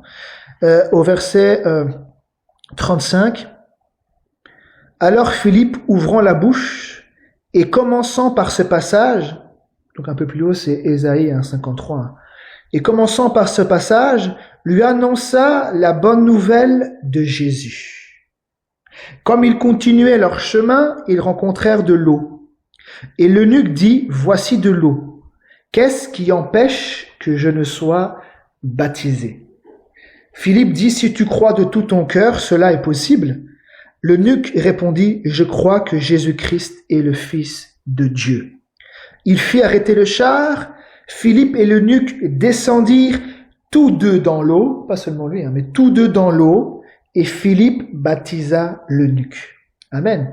Donc on voit que l'ordre a été respecté. C'est pas d'abord le baptême et puis la foi. D'abord l'évangile. Il dit, et commençant par ce passage, il lui annonça la bonne nouvelle de Jésus. Donc quand il a entendu la bonne nouvelle de Jésus, là, la parole de Dieu est rentrée en lui, il a cru à ce Seigneur. Il dit, mais qu'est-ce qui m'empêche d'être baptisé? Il dit, mais si tu crois de tout ton cœur, cela est possible. Il dit, je crois que Jésus-Christ est le Fils de Dieu. Ils sont descendus. Et il a été baptisé, puis on le sait que l'Esprit du Seigneur a enlevé Philippe, et l'eunuque a continué sa route. Maintenant, il est rentré où, lui?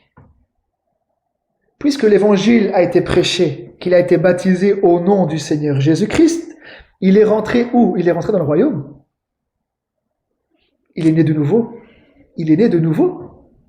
Parce qu'il a entendu la parole, il a été baptisé au nom du Seigneur, il a cru réellement au Seigneur, il est rentré dans le royaume. Maintenant, le Seigneur, certainement, il l'a conduit. Philippe, le Seigneur l'a amené ailleurs, et certainement que cet homme-là, il était rentré dans le royaume. Il n'est pas entré dans une communauté ou dans un groupe quelconque, il est rentré dans le royaume. C'est ça qui est important.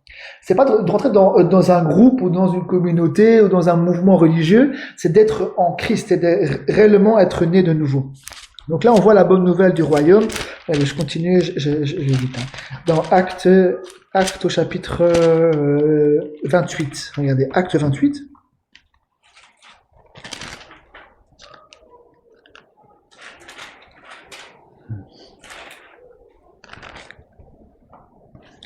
C'est pour ça on a besoin de plusieurs écritures pour comprendre vraiment qu'est-ce qui s'est passé là-bas à l'époque, qu'est-ce qu'ils ont prêché. Pas dire, t'es baptisé, tu deviens disciple. Il n'y a aucune annonce, il n'y a rien qui est prêché, il n'y a rien qui est annoncé, tu vas croire à qui? On te baptise et tu deviens disciple comme ça. Non. D'abord, l'évangile est donné, et cet évangile-là, le Seigneur, quand il parle, quand il agit à travers quelqu'un, c'est ça qui fait que ça te touche, le Seigneur te visite parce que tu entends sa voix, tu entends sa parole et tu es touché, il y a une repentance qui se fait. C'est l'œuvre du Saint-Esprit, la repentance. Quand une personne entend qu'elle est touchée par la parole, il y a quelque chose qui se passe entre lui et Dieu. C'est pas juste une repentance comme ça, c'est entre lui et Dieu. On l'a vu ensemble ces derniers jours, là je crois que c'était lundi. À un moment, il parle à Timothée, Paul parle à Timothée. Il dit, il ne faut pas qu'un serviteur du Seigneur ait des querelles, mais il faut qu'il soit affable pour tous, doué de patience, prompt à enseigner, quelque chose comme ça.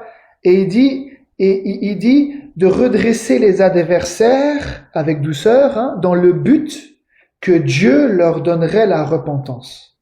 Et que revenus à leur bon sens, ils se dégageront des pièges du diable qui s'est emparé d'eux pour les soumettre à sa volonté. Donc tu peux reprendre, tu reprends comme ça.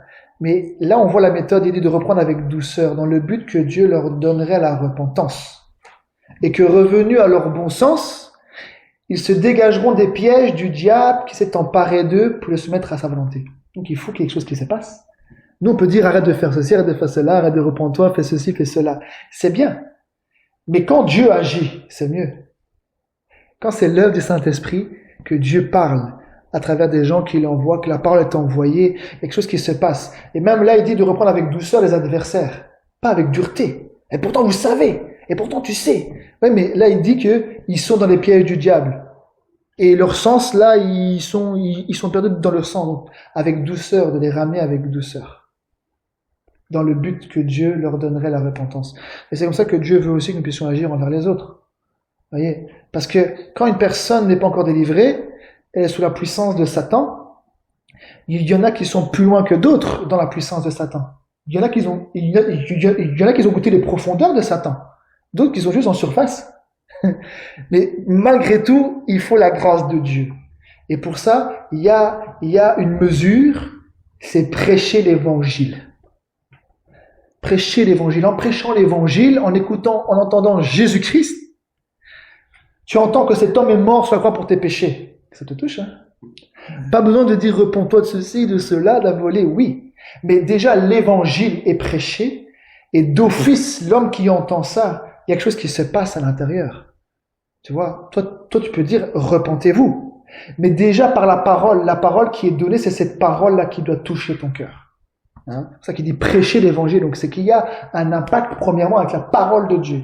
Celui qui croira et qui sera baptisé sera sauvé. L'apôtre Paul certainement croyait au Seigneur, mais il a besoin d'une rencontre. Et beaucoup certainement, là dans les Saintes Écritures, on peut le voir que à un moment Philippe rencontre Simon le magicien. La Bible dit qu'il crut à Philippe, il crut et il fut baptisé. Mais quand maintenant les apôtres sont arrivés pour imposer les mains pour recevoir le Saint-Esprit, il dit donnez-moi aussi ce pouvoir en échange d'argent. Donnez-moi aussi ce pouvoir, afin qu'à quiconque j'impose les mains aussi, il reçoive l'Esprit. Mais cet homme, il a cru parce qu'il a entendu et il a voulu se faire baptiser. Mais est-ce qu'il a rencontré réellement? Est-ce qu'il y a quelque chose qui s'est passé? Ça, vous voyez, l'évangile est prêché et puis ceux qui veulent venir baptiser, ils sont baptisés. Mais il faut une rencontre avec le Seigneur, il faut une repentance là au plus profond là-bas qui se passe. Parce que je peux me repentir pour des choses que j'ai faites dans mon passé. Mais moi, personnellement, je vous ai déjà raconté ça comme témoignage. je me suis baptisé une première fois, et puis une deuxième fois. La première fois, voilà, j'avais confessé tous mes péchés, tout ça, mais j'avais fait quand même beaucoup de mal. Donc il y a des choses que j'ai oubliées. Je prenais 10 minutes, 20, un quart d'heure. Tout le monde attendait que je sois baptisé, donc je prends le temps de leur dire, ah oui, j'ai fait ça, ça, ça. Et puis les petites miettes. Et j'ai quand même fait les miettes. Et les petites miettes. Mais les petites miettes, parfois, je m'en souviens plus. Les petites miettes et chaque détail, chaque péché que j'ai fait. Alors je dis, bon, Seigneur, tu connais le reste. Mais quand maintenant, le Seigneur, sur le chemin, là, il y a eu quelque chose qui s'est passé entre moi et lui, la repentance, c'était plus en surface. C'était au plus profond, là-bas, de moi-même. Et quelque chose qui s'est fait, où la cognée a été mise à la racine. Et quand j'ai été baptisé la deuxième fois, le Seigneur a enlevé tous mes péchés. Et là, j'ai vu qu'il y a une différence. Parce que tu peux te souvenir jusqu'à un certain stade. Et puis les miettes, même les miettes sont importantes. Et parfois, les miettes, tu ne te souviens plus de chaque chocolat que j'ai volé, chaque chose que j'ai volé dans le magasin, chaque chose que j'ai fait. Et il y a des choses que je ne m'en souviens plus. Donc, il y a une repentance humaine et il y a une repentance qui vient de Dieu. Et cette repentance qui vient de Dieu, c'est quand l'évangile est prêché, que ton cœur est touché, quelque chose qui se passe à l'intérieur de toi. Dieu te visite, peut-être pas comme Paul avec une lumière, mais comme Dieu est lumière, certainement que quand tu entends la parole, l'Esprit agit. Parce que c'est par le Saint-Esprit que la parole est donnée, l'Esprit agit et tu vois combien tu es sale, tu vois tous tes péchés, tout ce qui te colle à la peau, tout ce que tu as fait dans ta vie, et là, tu peux plus reculer. Parce que tu sais qu'il y en a un qui voit tout, qui sait tout. Et là, la repentance, c'est un regret sincère, quelque chose qui se passe à l'intérieur, où tu ne veux plus pécher. Tu sens ce Dieu-là qui est tellement saint et grand, et il y a quelque chose qui se fait que tu as un dégoût. Parce que la semence est rentrée, c'est comme une femme qui devient enceinte, ses goûts changent. Quand la parole est rentrée à l'intérieur de toi, tous tes désirs changent. Tu volais, tu veux plus voler. Tu fais ça, tu veux plus faire ça. Tu fais ça, tu veux plus parce que tu veux plaire à ce Dieu-là, quelque chose qui se passe à l'intérieur de toi. Et c'est ce qui se passe. C'est qu'une personne qui naît de nouveau réellement, par la parole de Dieu, on voit un changement dans sa vie. Il veut réparer ce qu'il peut réparer, parce que parfois on peut pas réparer. Des choses qu'on a fait, on peut pas réparer. Mais il y a des fruits qui suivent. Il dit, il faisait ça, il veut plus faire ça. Ça, il y a un dégoût qui se fait. Ah oui, ça, il sait que c'est pas bon envers Dieu, alors il veut arrêter toutes ces choses-là parce qu'il sent que c'est pas bon. Et puis il ne peut plus pécher. Parce que la semence de Dieu est en lui. C'est ça, être né de nouveau. Il dit, quiconque est né de Dieu ne pratique pas le péché parce que la semence de Dieu demeure en lui. Donc il faut que cette semence soit prêchée. Il faut que Jésus-Christ soit annoncé. Regardez, je continue. Je vais finir. Pardonnez-moi, je prends du temps. Mais je vais essayer d'abréger. Regardez qu'est-ce qu'il dit. Regardez. Donc j'ai dit acte 28 et le verset 30.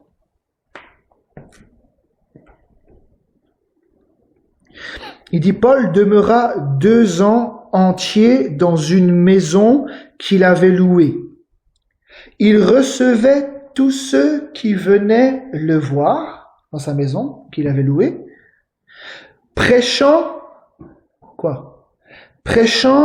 le royaume de Dieu et enseignant ce qui concerne le Seigneur Jésus-Christ en toute liberté et sans obstacle.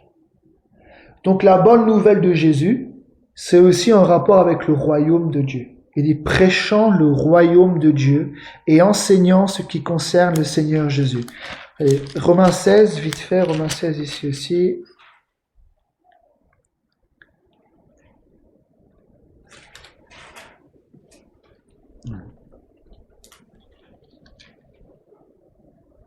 Romains 16, verset 25. Romains 16, 25, il dit « À celui qui peut vous affermir selon mon évangile et la prédication de Jésus-Christ. » Donc la bonne nouvelle de Jésus-Christ, la prédication, il faut qu'il soit prêché ce Jésus de la Bible. Il faut qu'il soit prêché. Mais là tout à l'heure il dit aussi prêchant le royaume de Dieu. Je continue, vous allez comprendre. Regardez, qu'est-ce qu'il dit ici? Je vais voir si c'est là, ici, attendez. On va aller dans Matthieu ici.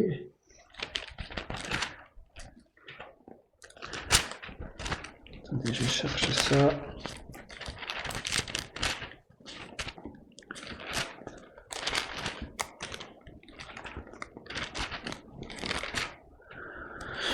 Matthieu 24.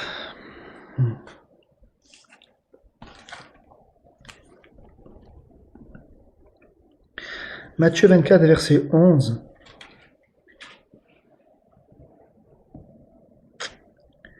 Il dit, plusieurs faux prophètes s'élèveront, et ils séduiront beaucoup de gens. Et parce que l'iniquité se sera accrue, l'amour du plus grand nombre se refroidira. Et celui qui persévérera jusqu'à la fin sera sauvé. Donc bien sûr, c'est persévérer dans l'amour, puisque c'est l'amour du plus grand nombre qui se refroidira. Donc l'amour, la foi, hein. D'ailleurs il en parle, hein. Il y a trois choses. La foi, l'amour et l'espérance, quelque chose comme ça, je sais plus comment il dit ça. Mais la plus grande des choses, c'est l'amour.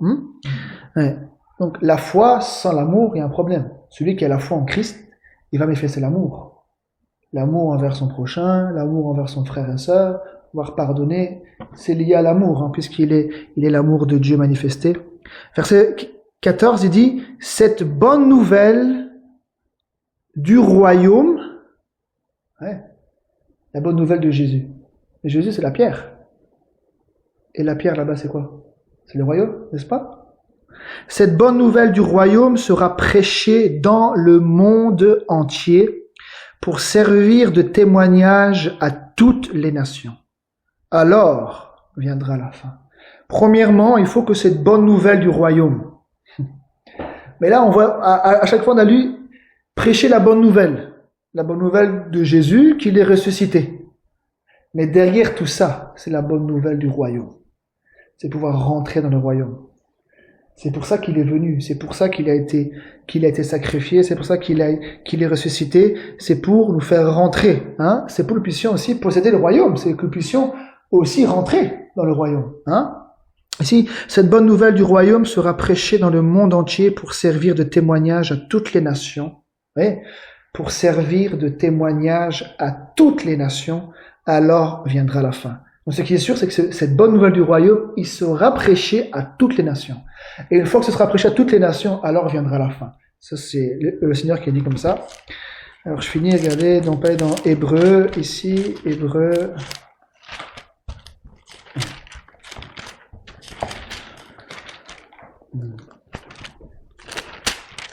Et c'est pour ça qu'à plusieurs reprises, même les apôtres, on va d'abord dans Hébreu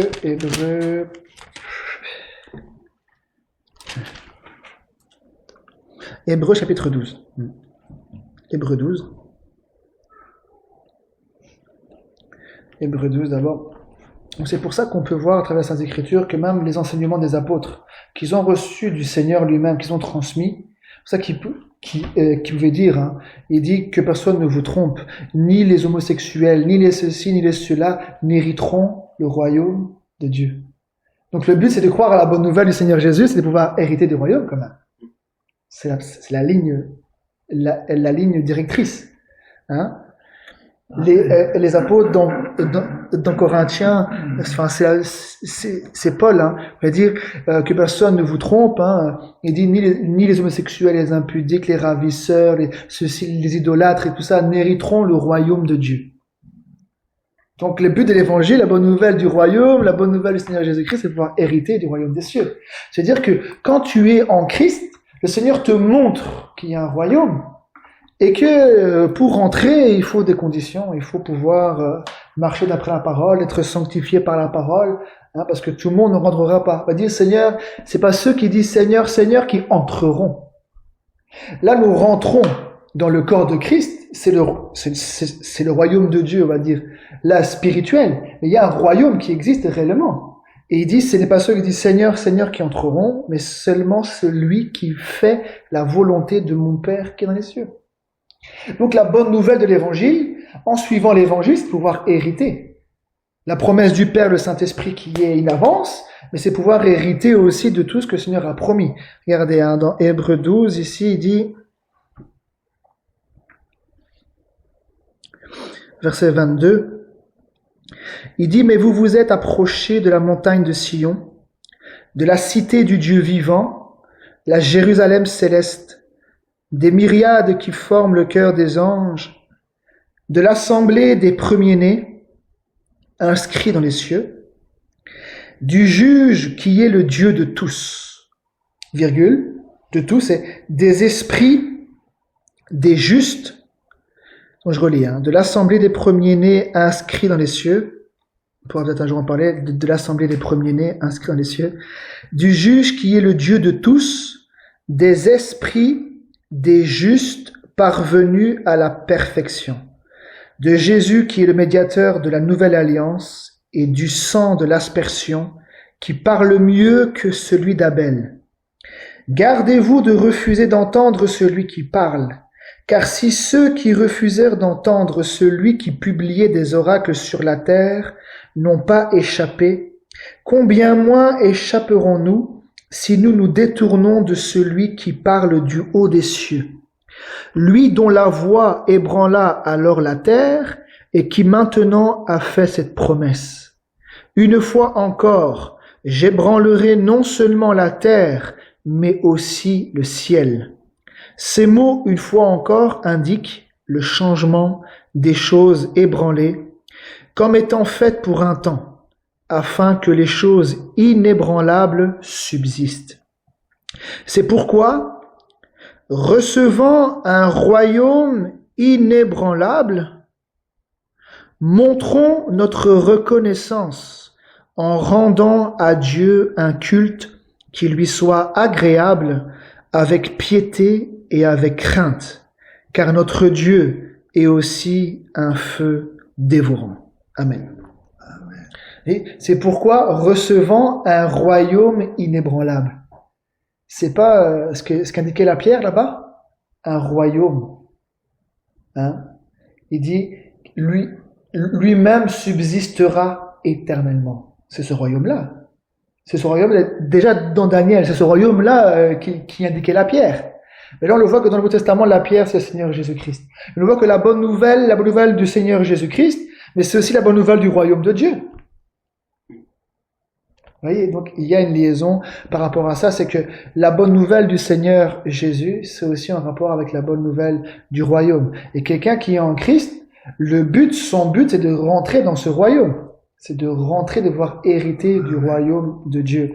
C'est ce qu'il a dit. Hein. C'est pourquoi, recevant un royaume inébranlable, montrons notre reconnaissance en rendant à Dieu un culte qui lui soit agréable, avec piété et avec crainte, car notre Dieu est aussi un feu dévorant. Amen.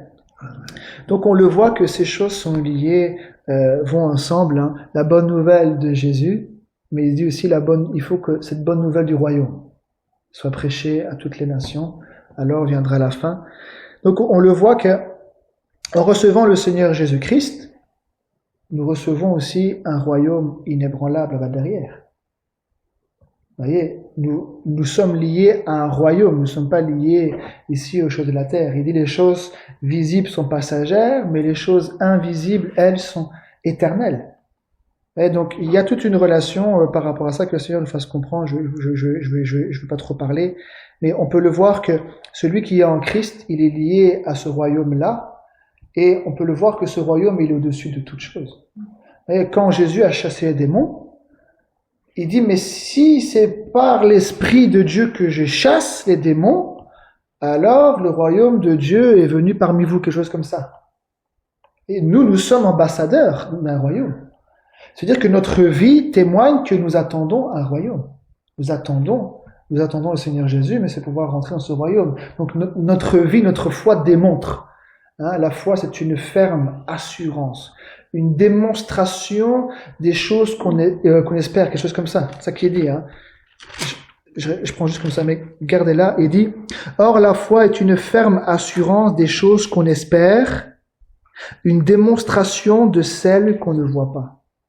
C'est-à-dire que quelqu'un qui a réellement rencontré le Seigneur, qui a vraiment la foi dans la parole de Dieu, sa vie va démontrer quelque chose, qui se prépare à rentrer, qu'il marche avec le Seigneur pour pouvoir marcher dans la parole du Seigneur, pour pouvoir rentrer un jour dans ce royaume. Il marche dans ce but-là, de pouvoir attendre le Seigneur Jésus. Mais qu'est-ce que Jésus a dit? Il y a plusieurs demeures dans la maison de mon Père. Il parle de la maison, pas du royaume. Il dit, lorsque je m'en serai allé, et que je vous aurai préparé une place. Le but, c'est quand même rentrer là-dedans, quand même. Hein. Donc la bonne nouvelle du royaume, la bonne nouvelle de Jésus est liée, c'est de pouvoir rentrer.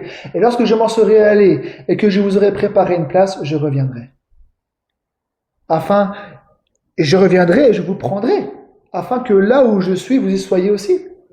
Donc le but quand même, ce que le Seigneur a fait, il a frayé un chemin, il a montré une route, il est le chemin, la vérité, la vie. Et le but, c'est de pouvoir hériter du royaume de Dieu. Lui, il est l'héritier de Dieu. C'est lui qui est le prince de la paix. C'est lui qui est le Seigneur. Mais nous aussi, en croyant à Dieu par le Seigneur Jésus-Christ, nous sommes aussi héritiers de Dieu comme lui et co-héritiers avec Christ. Donc le but, c'est quand même pouvoir hériter du royaume, pouvoir recevoir le Saint-Esprit et toutes les promesses que le Seigneur nous a données. Que le Seigneur nous révèle toutes ces choses, que nous attendons un royaume. Nous préparons pour entrer dans ce royaume-là. Et il dit que déjà nous-mêmes, en tant qu'Église, ceux qui sont en Christ, ils sont une nation sainte.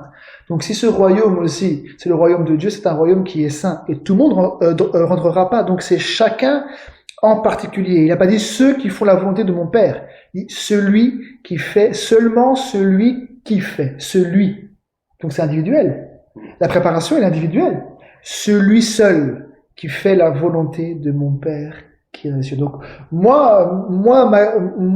ma préoccupation, c'est que le Seigneur m'a touché par son évangile.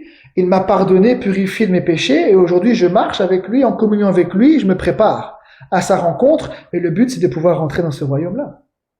Vous voyez, c'est à ça que le Seigneur nous appelle, c'est de pouvoir rentrer dans ce royaume-là, et tout le monde n'entrera pas. Il dit, ni les débauchés, ni les impudiques, ou les meurtriers, les voleurs, enfin il y a toutes sortes de catégories.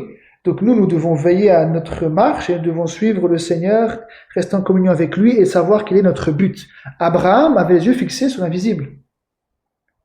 Abraham avait les yeux fixés sur la cité, dont Dieu est l'architecte, qui est de solides fondements et dont Dieu est l'architecte. Il avait les yeux fixés sur ça. Et nous aussi, quand l'évangile est donné, c'est pour fixer nos yeux vers Jésus, mais c'est aussi de fixer nos yeux vers ce royaume-là. Le Seigneur l'a montré à Jean, mais certainement qu'il révèle encore aujourd'hui que la chose est vraie. Il démontre par sa puissance qu'il y a réellement un royaume qui, lui, va subsister éternellement. Tout le royaume là que nous voyons aujourd'hui, notamment le dernier empire, tout ça, le Seigneur va détruire et lui-même va régner. Son royaume subsistera éternellement. Donc si nous avons reçu un royaume inébranlable, alors nous pouvons comprendre que le Seigneur veut nous donner la vie éternelle et d'être immortel et de régner aussi avec lui. Nous aussi, nous allons aussi subsister éternellement. Si son royaume subsiste éternellement et que nous sommes dans son royaume, nous allons aussi subsister éternellement. Mais tout ce qu'on voit aujourd'hui, tout va passer. Tout va passer, mais seulement celui qui fait la volonté de Dieu demeure éternellement. Seulement celui qui fait la volonté de Dieu, qui garde la parole de Dieu, peut demeurer éternellement. Que le Seigneur nous bénisse. J'espère qu'à travers ces paroles, le Seigneur a pu nous montrer des choses. Que le Seigneur nous bénisse. On va prier ensemble.